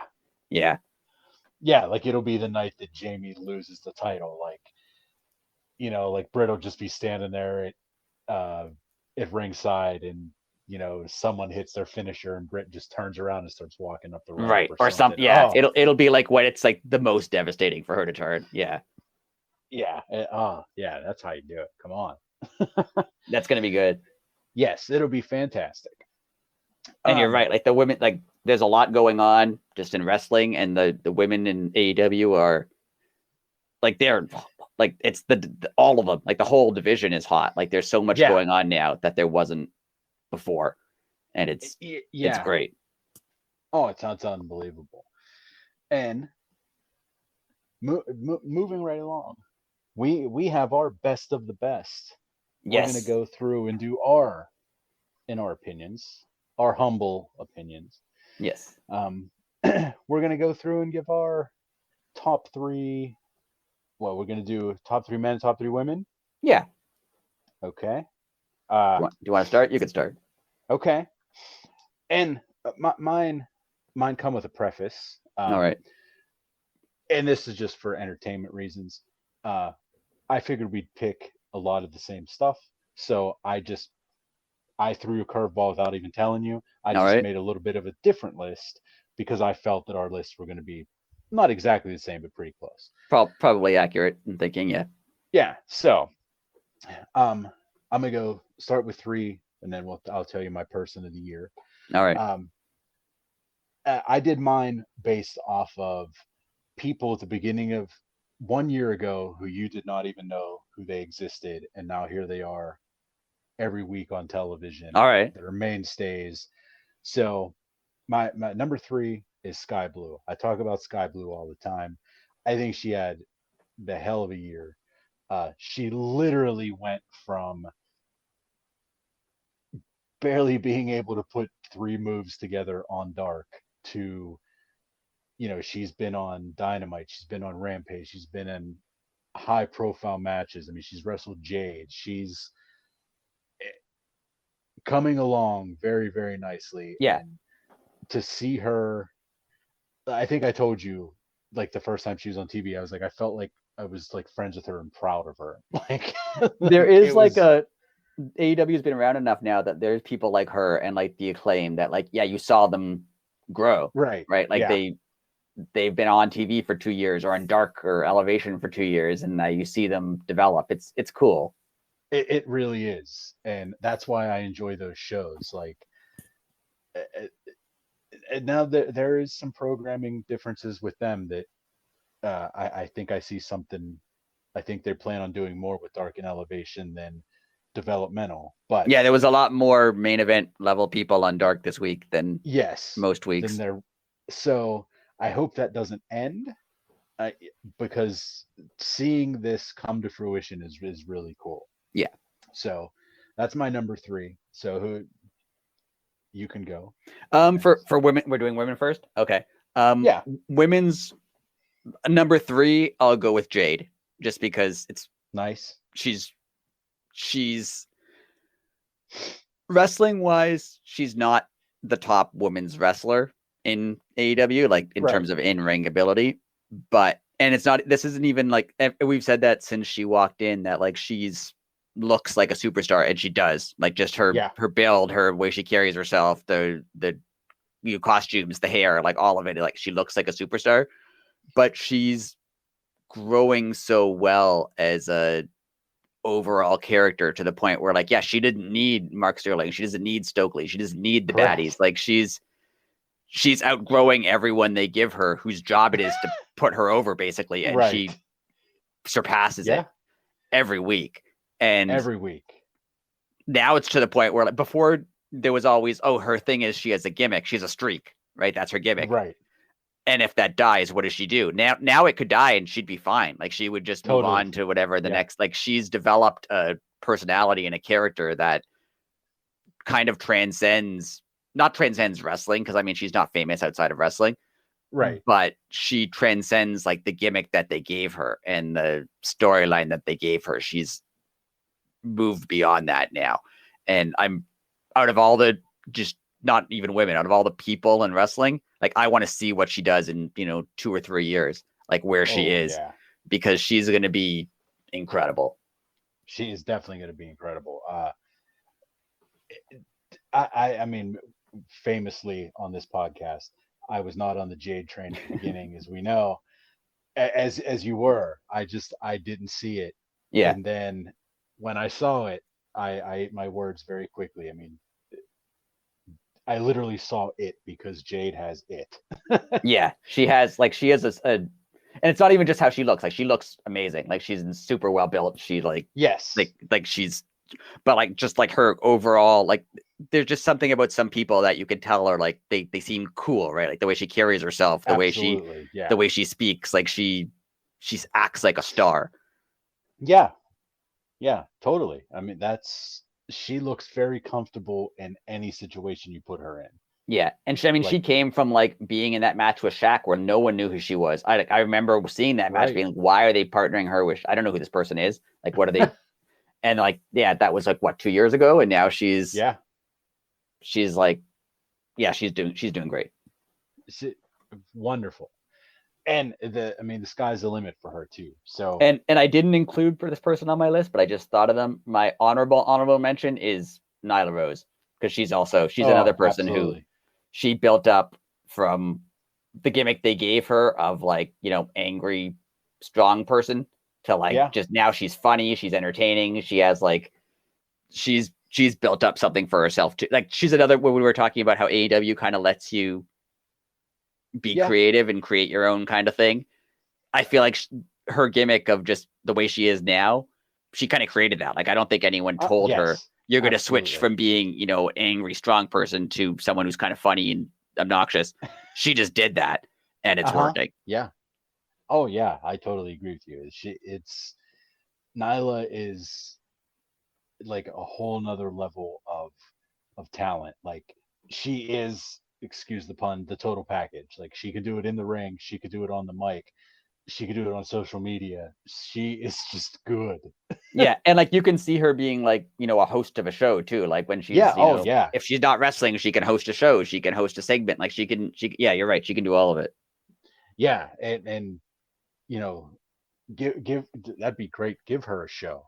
Yeah, I would love to see put her on YouTube every week for 20 minutes. Oh, there's so many off topic, but there's so many like personalities in AEW, and I'm sure that that's the case in WWE too. They just don't let them showcase it as much. Have it. Yeah, they just don't, like, they script everything, right? So you can't present it as well. But like just the number of people who, if they had like a weekly, you know, YouTube show, I would watch. Yeah. There's like, you know, Nyla 2.0, Bryan Danielson, you know, so many people who, like, if they just had a show where they talked about stuff, like it would be entertaining and I would watch it. Oh yeah, like I saw a post. It was like a retweet of somebody. It was like another wrestler tweeted out like somebody should just follow Eddie Kingston around. Oh yeah. Have him cut promos on inanimate objects. Just like stuff that annoys him in his day. Yeah. Yeah. Like, stupid toothpaste doesn't come out of the tube. Right. And they're like, just follow him around and be like, oh, Eddie, remember that one time you got that Coke and it was flat? Oh, let me tell you about soda. Jeez. That would be great. I would watch that. I would watch that every day. Just Eddie yelling about just like bad about stuff that happens in his life. Yeah, that would be amazing. Do you want me to go to number 2 or do you want me to do my number 3 guy? I don't know. What do you think's best? Let's go back and forth. Do number 3 guy. Number 3 guy. Okay. Number 3 guy, Daniel Garcia. All right. And again, he came up from Dark and Elevation. Nobody knew who he was. He showed up, he impressed. And I mean, if you followed any wrestling, you knew who he was. I didn't know who he was. And then they started to get into his backstory, like when he went from like just probably from being like paid per appearance to like actually giving him his contract. But when he was still on Dark, and you learned that he was in like that horrible car accident and basically had to learn to walk again, and like now you see him wrestling, like that's insanity. Yeah, I agree. Like he's someone I didn't know anything about or knew who he was at all. And like, yeah, even from when he first started showing up on Dynamite with 2.0, like he's grown a lot, and he's been like he's always been presented as a good wrestler, but now he has a personality. He has it's been great. He's growing a lot. That's a good choice. Yeah, it was again, like Sky Blue, it was fun to see him, and then now you're just seeing the personality. Like he always talks about how great it is to be a sports entertainer, and it's just so good. And like how, like when he says how great Jericho is, and that Jericho just gets that stupid smile. You just want to smack it off of his face. It's so good. And yeah, Garcia and the whole Jericho and Danielson fighting over Garcia, I thought that was so cool, because it was like the two stars with the egos did not care that they were using this kid as a pawn. Right. They just wanted him on their team. Right. Yeah, that was good. Do you think he should have turned on Jericho or no?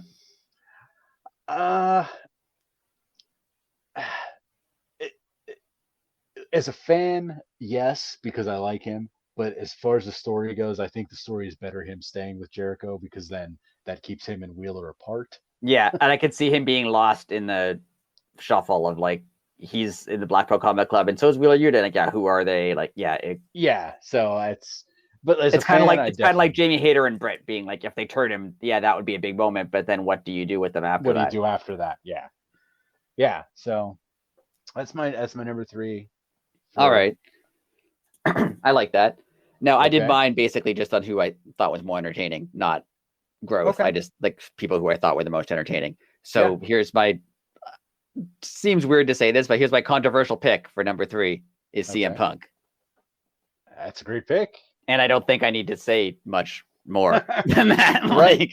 I mean, he had a heck of a year. If he injured and missed half the year, like he'd be like the stuff that annoyed me the most about the post All Out nonsense. And again, we've talked about it a million times. Yeah. But whatever aspects of it are true or not, I don't care at this point.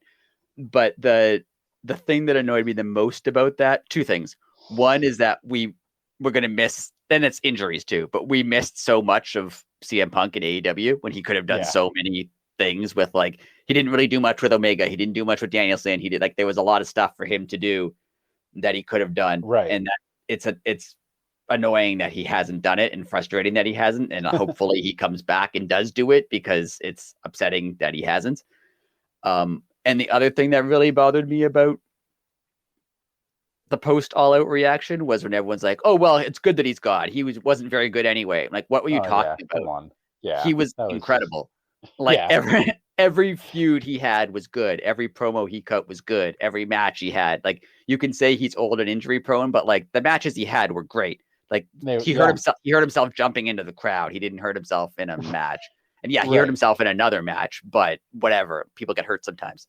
Right. But like his stuff with Eddie Kingston was great. His feud with Hangman was great. His feud with Mox was great. Like his stuff with MJF, I will talk about later, was possibly the best feud in recent wrestling history. Like, I can't recall much else being much better than that.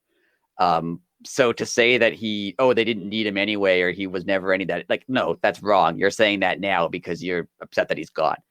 Exactly. But he was far and away, he was only there for 4 months or something, if you count all the injury time up. But like, this was 5 months, maybe. This was a great year for him, and absolutely, I hope he comes back. He's definitely coming back. I mean, come on, they're teasing it. It's sooner than later. I feel like now that he's posting, like, and him and FTR are posting, like, yes, I guess in theory, technically, they could all be planning to leave AEW and go somewhere else together. But I really feel like when he left WWE the first time, the only time, he wasn't teasing coming back all the time. He was just like, "I'm done," and it was just done.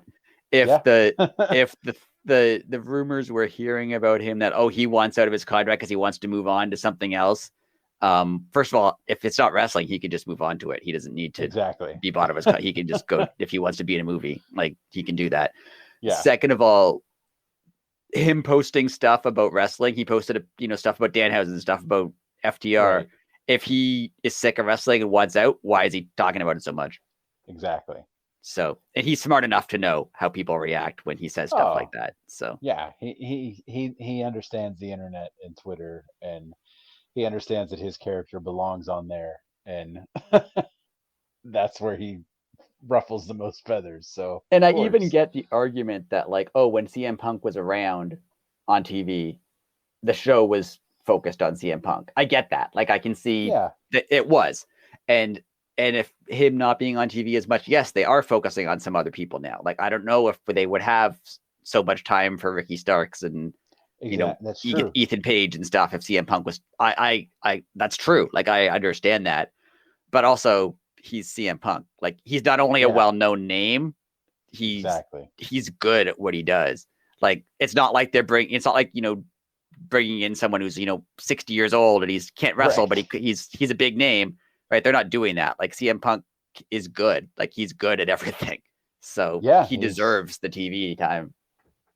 And nobody's going to complain about more CM Punk. I mean, just give the man a microphone, and it's magic, and it's entertaining, and it's funny, or let him wrestle, and it's entertaining, and it's it's emotionally driven, and it's just he is professional wrestling. Yeah, and I'm not going to say he hasn't lost a step. Like, he's 44 years old or something. Like, he's not where he was when he was 30. Like, I 100% agree with that. Right. But And so, yeah, he might screw up every so often in a match, or he might not have the same speed that he used to have. But like, you're right. Like his matches are emotional. His matches have a purpose. His matches have a story to them. Like he's older now in the sense that he's slower and maybe less agile, but he's also older now in the sense that he knows more about wrestling and how to tell a story in wrestling. And he's done a great job. So yeah, the idea that like, oh, they didn't need him anyway is ludicrous to me. Yeah. I mean, yeah. It's just the internet. And I could talk about CM Punk this week because I've decided that when we do our predictions next week, I'm not going to mention him. I've put a restriction on myself that none of my predictions can involve CM Punk. So I'm allowing myself to talk about him this week. Well, spoiler alert, he will be spoken of next week because he's in part of my predictions. Nice. I haven't narrowed it down, but I'm pretty sure he's going to make the cut. And like, I know I'm a CM Punk fan, but like, I should there's nothing wrong with being a fan of a wrestler. And I think he does it. And I'm a fan of a lot of other wrestlers too. So I'm not saying like it should be the CM Punk show, but he did a great job and he should be back soon, hopefully. And he's definitely going to be. And I feel like even if all of this is true, like working under the assumption that everything that happened that we hear about on the internet is 100% true. Correct. My feeling is that Tony Khan, and I think rightfully, isn't making a statement on him and isn't releasing him and isn't because he's hoping that they all calm down and realize, hey, we're being dumb and let's just go do cool wrestling stuff and make more money than you could imagine. Right. Yeah. And I feel like that's exactly where this is going to go. 100%. I mean, it's going to sell whatever pay-per-view they decide to put it on, honestly. Like, they could put it on All Out, they could put it Forbidden Door 2.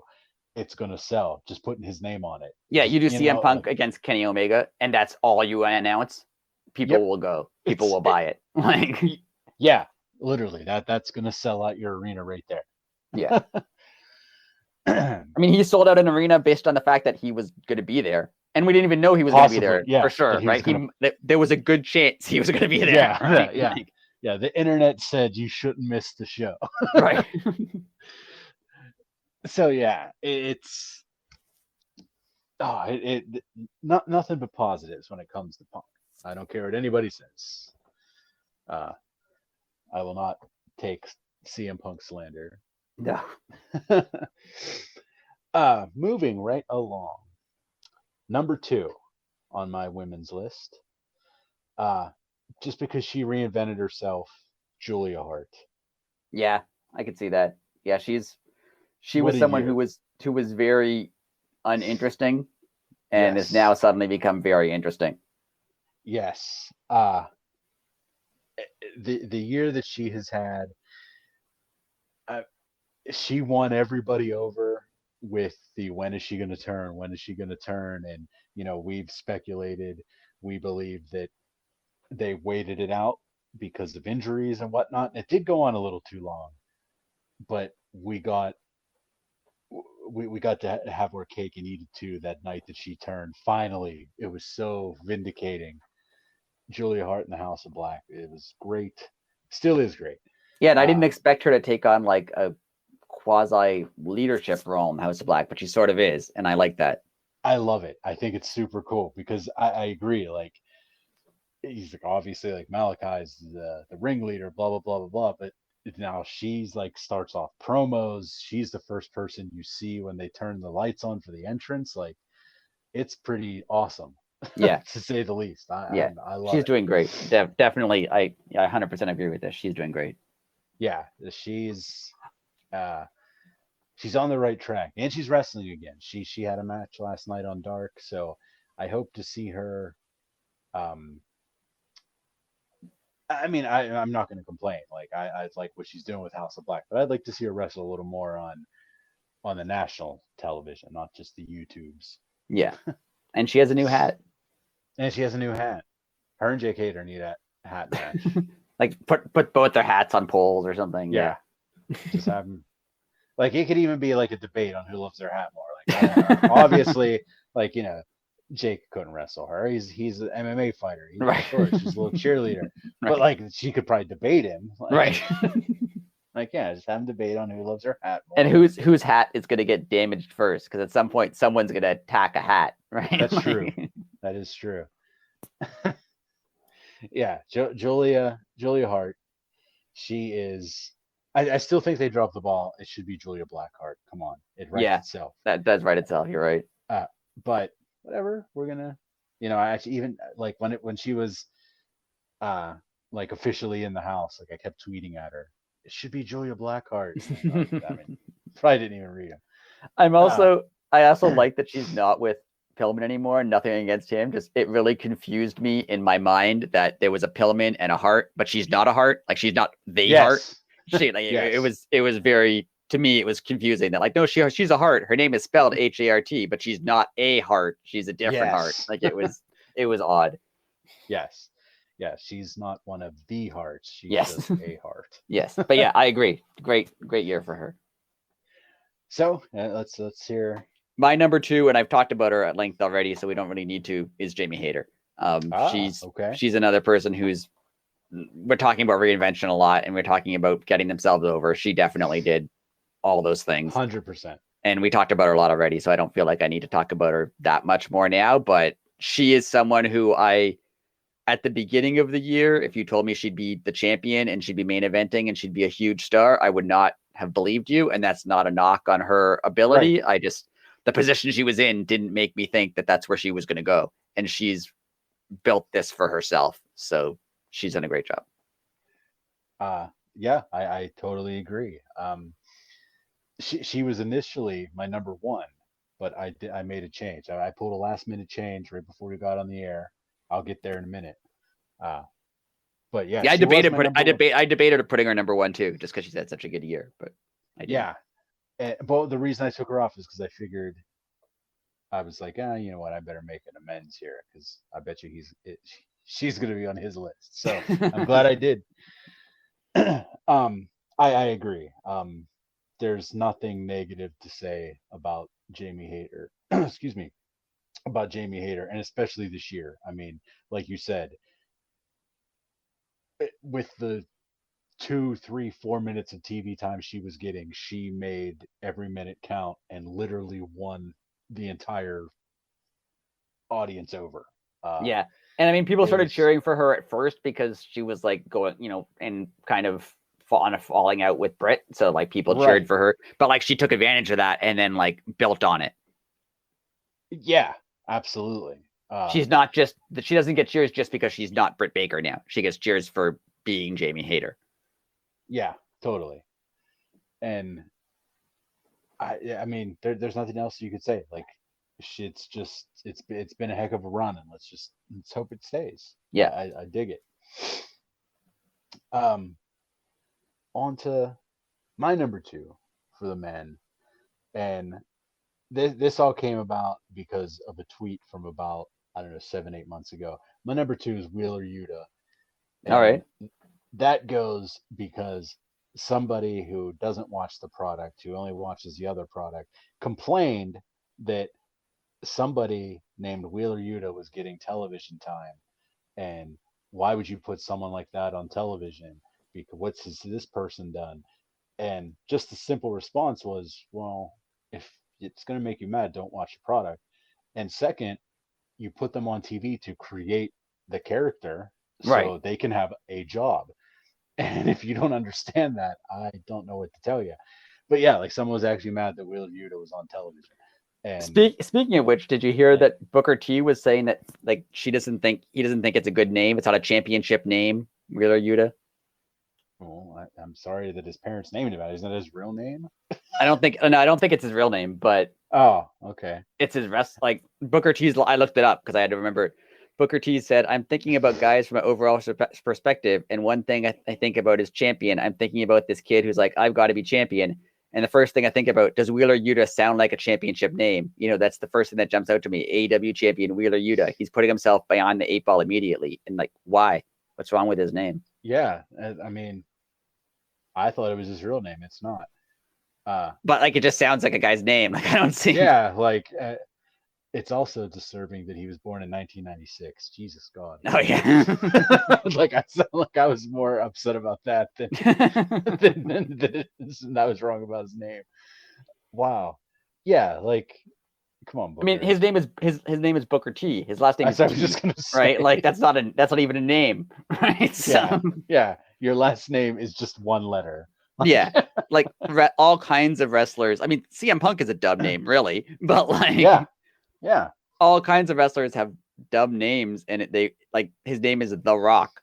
Like it doesn't matter. Like yes, you get used to it, and it's like and yeah, you it's just a name. Like there's nothing. It's not weird. It doesn't hard not hard to spell. It's not hard to say.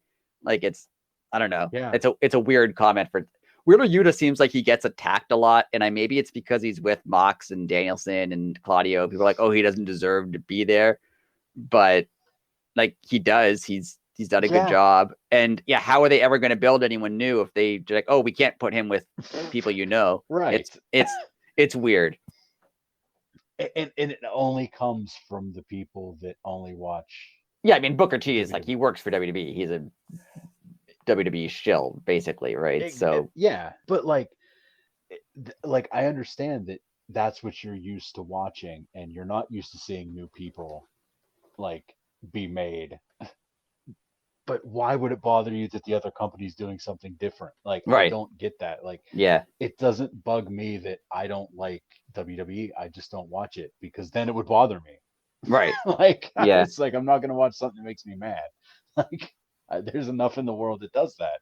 I don't want to do it to myself on purpose. And Wheeler Yuta, like he's not John Moxley or Bryan Danielson, obviously, Right. but he's in a better position than he was a year ago. He's building a character. 100%. He's building you know who he is now. He's like building himself up, and I don't know why anyone would be upset at that. It's weird. Yeah, it's and like I don't know, but that's why he's my number two because he made some random dude's day terrible on the internet just for existing. I mean, that's pretty badass, if you ask me. Nice. I like it. All right, all right, my number one woman wrestler of the year, Toni Storm. Toni Storm, great. I think she's done. She reminds me a lot of how Mox carried the interim title when things were kind of down. She was supposed to be seemingly pretty obviously she's supposed to be actual women's champion. She's probably supposed to beat Thunder Rosa and be real women's champion, but she became interim women's champion, carried that really well, made it mean something to the point where when they just declared it the real title, everyone agreed. Like she had done such a good job with it. She isn't, the greatest in promos, but she is getting there. She's doing a lot better. Her in-ring ability is excellent. Her selling is great. She looks like she's, first of all, really hurting people, but I know she's not. Yeah.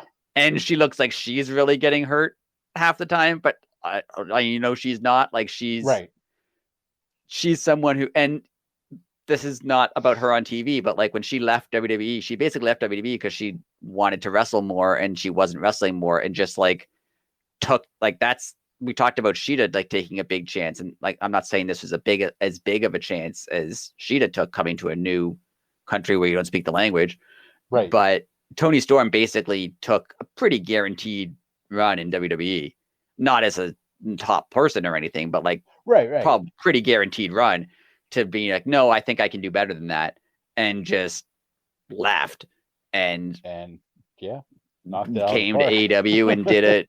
Yeah, did a great job. And she could be anywhere on the card. Like she had we called it Tony Rosa. She was in a tag team and she did a great job. She could be anywhere on the card, up and down the card, and she could do a great job. She can wrestle basically anyone. She had some of the matches of the year with the Thunder Rosa and things she did with Serena Deeb and like Shida. She has natural storylines with people like Shida and people like Jamie Hayter. Like she's done a great job on basically whatever they've asked her to do. And yeah, that's why she's my women's wrestler of the year. As she should be. It's a great pick. I totally agree with that pick. And it was tougher when we talk about the men's list. It's pretty obvious. I have a pretty obvious number one. The Toni Storm and women's wrestler of the year was closer because there's a lot of people who've done really well. I could have easily put Jamie Hayter in that same role. But just Toni Storm carried basically when the division there was a lot of injuries. I mean, Saraya wasn't there yet. But, Ruby was out. Like Thunder Rosa, who they built a lot on, was out. She kind of carried it for a really long time and made it better to the point where now it is one of the highlights of the shows. And she helped build it there. So I think she deserves that. Yeah. And as we said before we started all this, like the women's division is hot right now. And it's the most improved group.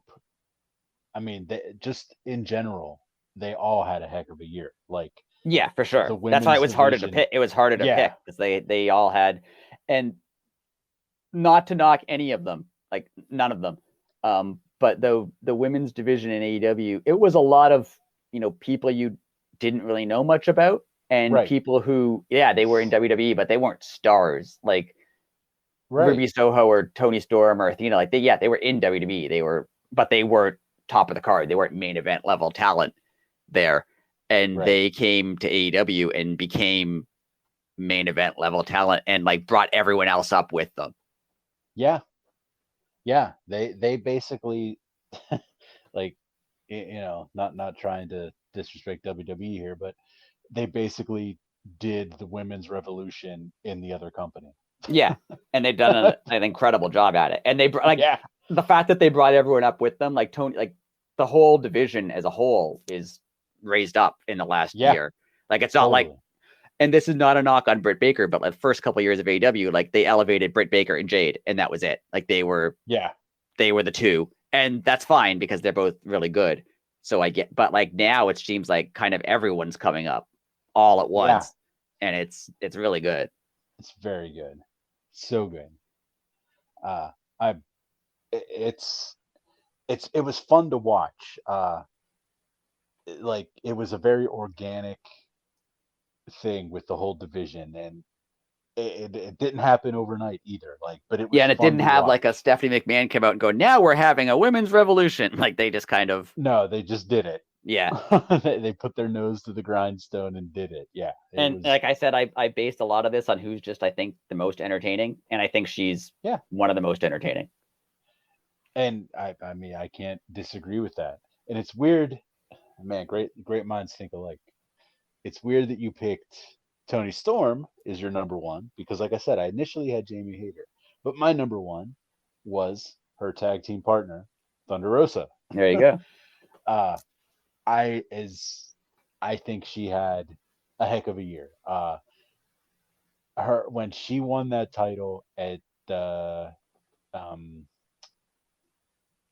St. Patrick's Day, St. Patrick's Day. Yeah, St. Patrick's Day Slam. That was just something special. That was a moment. AEW creates moments, and that was a moment. Like, that was all the years of indie wrestling coming to an end, and her being vindicated for putting the time in. And unfortunately, she got hurt and had to lose the title that way. But she had a heck of a year. It was she really did. She had some great matches. It's another unfortunate thing is like the whole, like we talked about the women's division coming up. A lot of them were injured or not there when she was champion. So she kind of ended up with like, she was like the last champion they had before it all kind of all came together. Yes.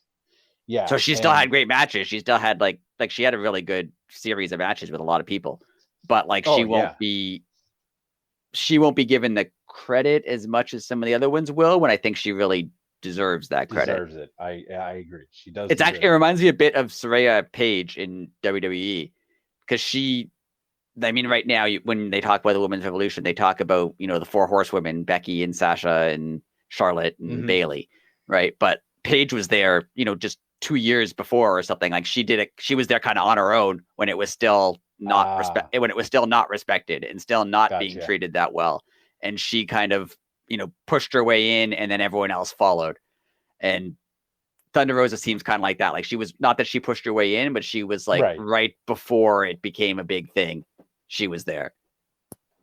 Very, very interesting. Very cool though.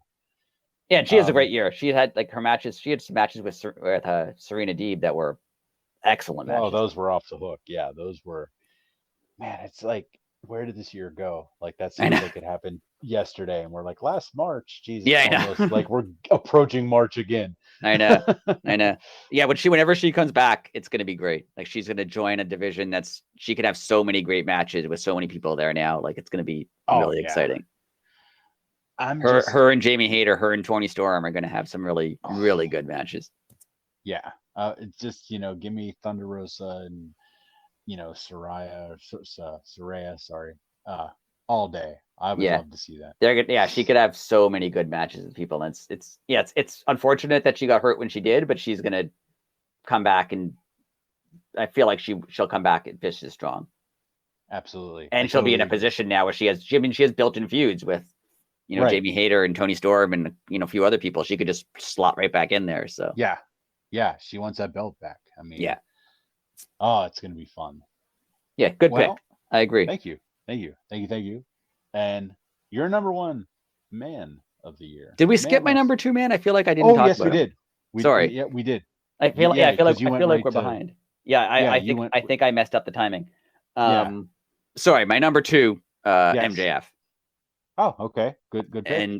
And I don't feel like I need to talk that much about MJF, but one thing that I've mentioned repeatedly on the podcast is that his promos as MJF since coming back from his hiatus are different. Oh yeah, they're totally not just like him taking, and Ricky Starks pointed out, like he always takes the low-hanging fruit, right? It's easy to like make fun of a city and their sports teams, right? That's an easy way to get people to boo you, and he still does it sometimes, but just he has a more well-rounded character, he has a more well-rounded personality, and whereas before you could be like, oh, he's good on the mic, but he also goes for like cheap heat. Now he's good on the mic, but he like builds stories, he builds angles, he has a character that's unlike really any wrestling character you've seen, where he's like a smarmy jerk. He's like like a JBL type guy, where he's like a smarmy jerk who like doesn't want to fight, but he's not entirely bad, right? He has some good qualities. He like was he feels like he was mistreated as a child, or he was like left behind as a child, or like made fun of, or had a rough time getting into wrestling. Like he has some good qualities that make you kind of feel for him, even though he's also a terrible person. It's like, it's really layered and it's really cool. Yeah, it's the most like I mean, obviously I don't know him personally, but it seems to be like the most like stone cold gimmick. Like that is just him, but turned way up.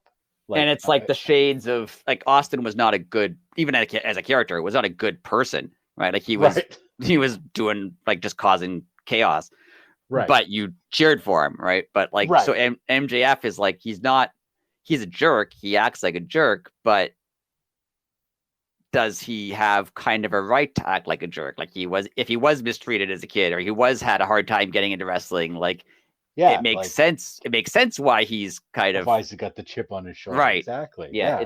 It's been really good. Wonderful. I totally agree. Now, remember I texted you the other day and I said, "Here's my number one." Yes. I think you're not gonna be mad, but anyway, where's my wrestler of the year in the men's division, Danhausen. All right. Okay. And obviously not due to his wrestling skill, but getting what he deserved. Everyone uses the term to give the people their flowers while they're still with us. He deserves his flowers because he worked his butt off as this character who is now on national television, where literally you can just pick the Danhausen shirts. You can count them on your screen because there's so many. Yeah. Like he is making money in the wrestling business, not being a wrestler, but signed as a wrestler. It's the most genius thing. Yeah, and you wouldn't expect it to get over like it has, but it has. because it is technically such like a WWE. It's a character, Right. and it's stupid, but Yeah, it's so amazing. it's really stupid. I think you can tell that he really idolizes Conan O'Brien, because I remember Conan Yes. O'Brien saying before that like one of the things he always tried to do, and it's a hard thing to do, but when you do it, it works, is really smart, stupid things. Yeah. And that's Danhausen. Like the Yeah. things he does are clever, but they're also really dumb. Right? Yeah. Like Yeah. It's. I mean, but they're also if clever. Like he's not just being stupid. yes. Like he's yeah, it's Yeah. great. I mean, he is. He's a real life Simpsons character. Yeah. He really is. Like it's Homer Simpson levels of genius. Like Even like the you little know. things where like they had that the stuff with Mark Henry before on Rampage. First of all, Oh, anytime they interject in that, that's hilarious. it's But the there best was thing like ever. the one most recently when they were teaming with Dustin Rhodes, and Danhausen was just staring at him the whole time, like he wasn't like Yeah. Yeah. It was. He's so good, and it's like he just deserves it. Like yeah. the money that he is making on t-shirt sales, and I mean, he is going to be a staple with this company for as long as he wants to be there, in my opinion. Yeah, Like, and you're right. He's not a wrestler, so he can do it for however long, right? right. Like he doesn't have to be. He can be 50 years old and still be Danhausen. Like Yeah, and he's going to be like, he is going to make people laugh forever. Like, he is going to transcend wrestling eventually. Like, he is going to be in with Conan O'Brien making a cartoon or something. yeah, Like, he's going to have to be. But this year, like, you know, introducing so many people to him like via the internet who don't even watch wrestling who now love Danhausen. I just think it's great because he transcends wrestling. Like, Danhausen is the guy. I think Ricky Starks said it on like one of Sammy's vlogs or something one time. He was like, Danhausen is literally the new Hulk Hogan because he is the person that everybody's mom knows. right. Yeah, Like everybody knows Danhausen now. So that is a good analogy. I mean, obviously he's not as big as Hulk Hogan, but you could walk up to someone that doesn't watch wrestling and say Hulk Hogan, and they're like, "Oh, that guy." Well, it's right. getting to the point now you could say Danhausen. They're like, "Oh, is that the guy from the internet?" Like they Yeah, at least heard the name. right. So yeah, Danhausen's my wrestler, man, male wrestler of the year. Excuse I me, I'm like that. stumbling over words. I like Thank that. you. Mine is obvious. I've talked about it before. It's John Moxley. Yeah. Again, He's that's where mine would have been too. he's I don't know how you could knock John Moxley at this point. Like Yeah. he's done more than anyone could have asked in the Yeah. ring, out of the ring. Like he was he reminds me of in Clerks where the guy's just like, I was not even supposed to be here today. Be Like here today. Yeah. it's John Mox. Like he wasn't supposed to do any of this. He wasn't supposed to be like champion twice. He wasn't supposed to have like no, like but he does it, and he Yeah. likes to do it, and like yeah, we've talked about him so much that I don't know how much more we need to talk about him, but like he's AEW at this point. Like Yes. Hangman is one of the guys who maybe the fans identify with the most as a character. So maybe to the fans, as an analogy, Hangman is the AEW fans, I would say. Like he's the representation of us. He's not perfect. He has flaws, but he works hard and he likes to wrestle and he wants to do well. Right? Like he's us. But John Moxley is AEW, like as the company. His whole story. Yeah. He left WWE. He showed up at the first pay-per-view on AEW. Like he took a chance on this when no one else other than Jericho really took a chance on this. He's more than delivered in everything he's done. And this year we're like, yeah, he wasn't supposed to be here. He wasn't supposed to do any of this. He didn't think twice. And like when all the stuff happened to All Out, John Moxley came out and cut a promo being like, everything's gonna be fine, and we're all like, oh yeah, it is, and just like he's yeah, he's done so much, and the fact that he re-signed now as a producer, he's doing producing stuff more, he's helping young talent more, like, and I'm not saying he brought Renee in because she makes her own choices, but the fact that he's there probably encouraged Renee to join. So absolutely. The fact that she's there makes AEW better. So yeah, he's my wrestler of the year. And I couldn't agree more. Like I told you, I a little different route for that reason. You know, it, Mox was like the workhorse of AEW. I mean, he was, as you just said, everywhere, doing everything, and basically, you can believe if what happened was real or not, or part of the plan or not part of the plan, but regardless, he did it.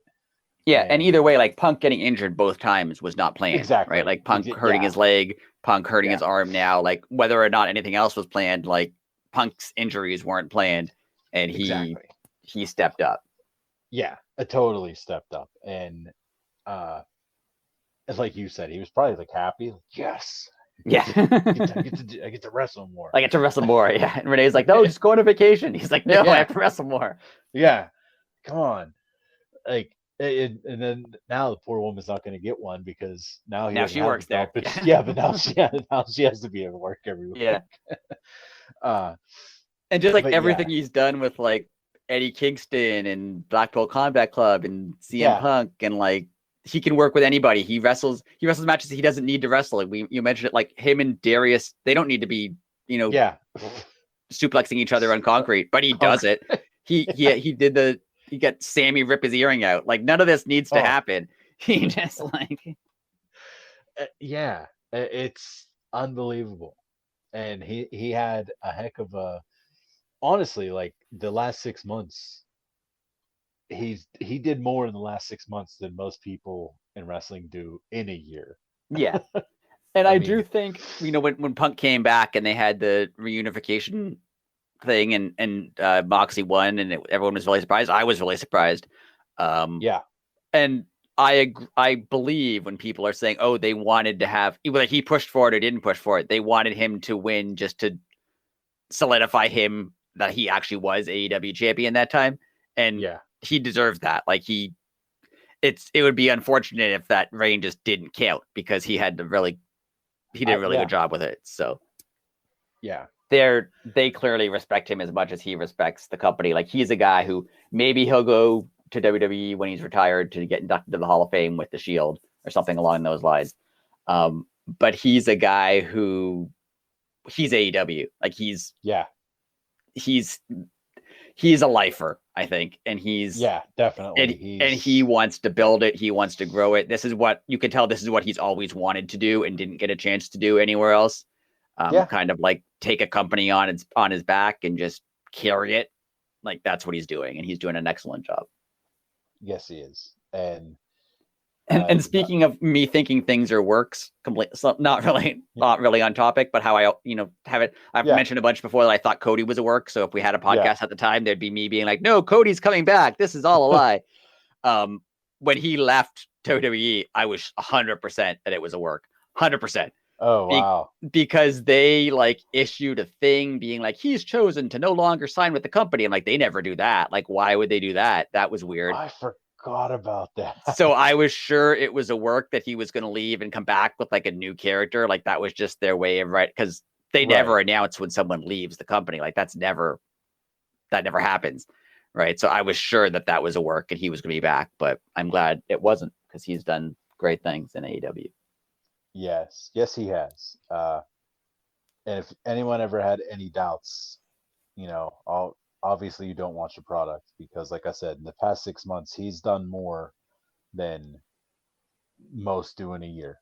Yeah, and I mean, he missed part of the year, right? He still had an amazing year. Yeah, and I mean, and it's not over. Like he still has matches right for the end of the year. I mean, he doesn't slow down. He not even in AEW. He just wrestles matches he doesn't need to. Like he goes to GCW, he goes to Japan. They had to write in his contract that like you can't just do every indie match because like he would. He would. Right? Yeah. He'd be like the only indie. He'd be the only person to no show AEW to wrestle like in a fire hall somewhere. Right in front of like 200 20 guys in a match against someone you've never heard of. Yeah. You're like, I'll be at TV next week, Tony. I really have to wrestle this I have to do this match. I've respected this guy for years. Like, who is this guy? Yeah. Yeah. The guy's a volunteer fireman 6 days a week and only wrestles on Sundays. But John. Mox watched some of his matches on YouTube or something, and now he has to wrestle him. Yeah. I can definitely see that. Again, nothing against volunteer firemen. Y'all are awesome. Put life on a line. That was a very bad analogy. Like people that do things for free and it can involve dying. So yeah, that was a poor analogy, but you get my drift. Point taken. Yes. Well, is there anything else to add? Because we're gonna do predictions next week, and then we'll do predictions, and then we'll do like best moments, match of the year, stuff like that. Yeah, it's gonna be fun. Yeah, it'll be fun. Stay tuned. And again, it'll be next Thursday. It seems to be our new schedule, and we seem to like it. So you guys haven't complained. So thank you. Yes, and thanks again for everyone listening. Hope everyone's warm and safe and not in a storm. Yes. And happy holidays to everyone.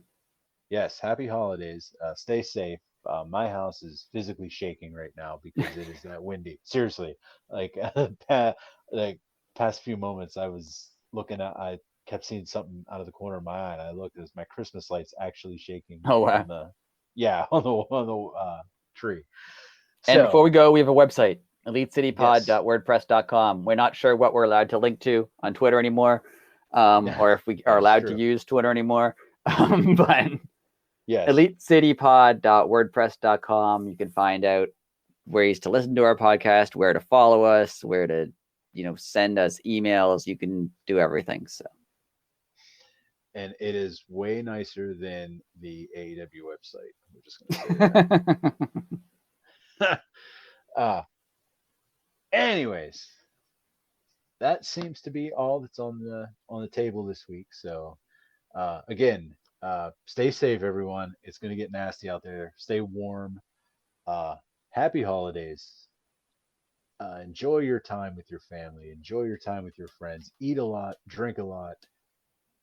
But you probably shouldn't drink a lot. That's poor. That's my second poor advice. Don't drink a lot. Eat a lot. Drink moderately. And watch wrestling. Have a happy holiday. Wonderful time. Rick, happy holidays, my friend. Thank you. Same to you. And we'll be back for one more podcast this year. One more podcast this year. We'll see y'all next week. Until then, later.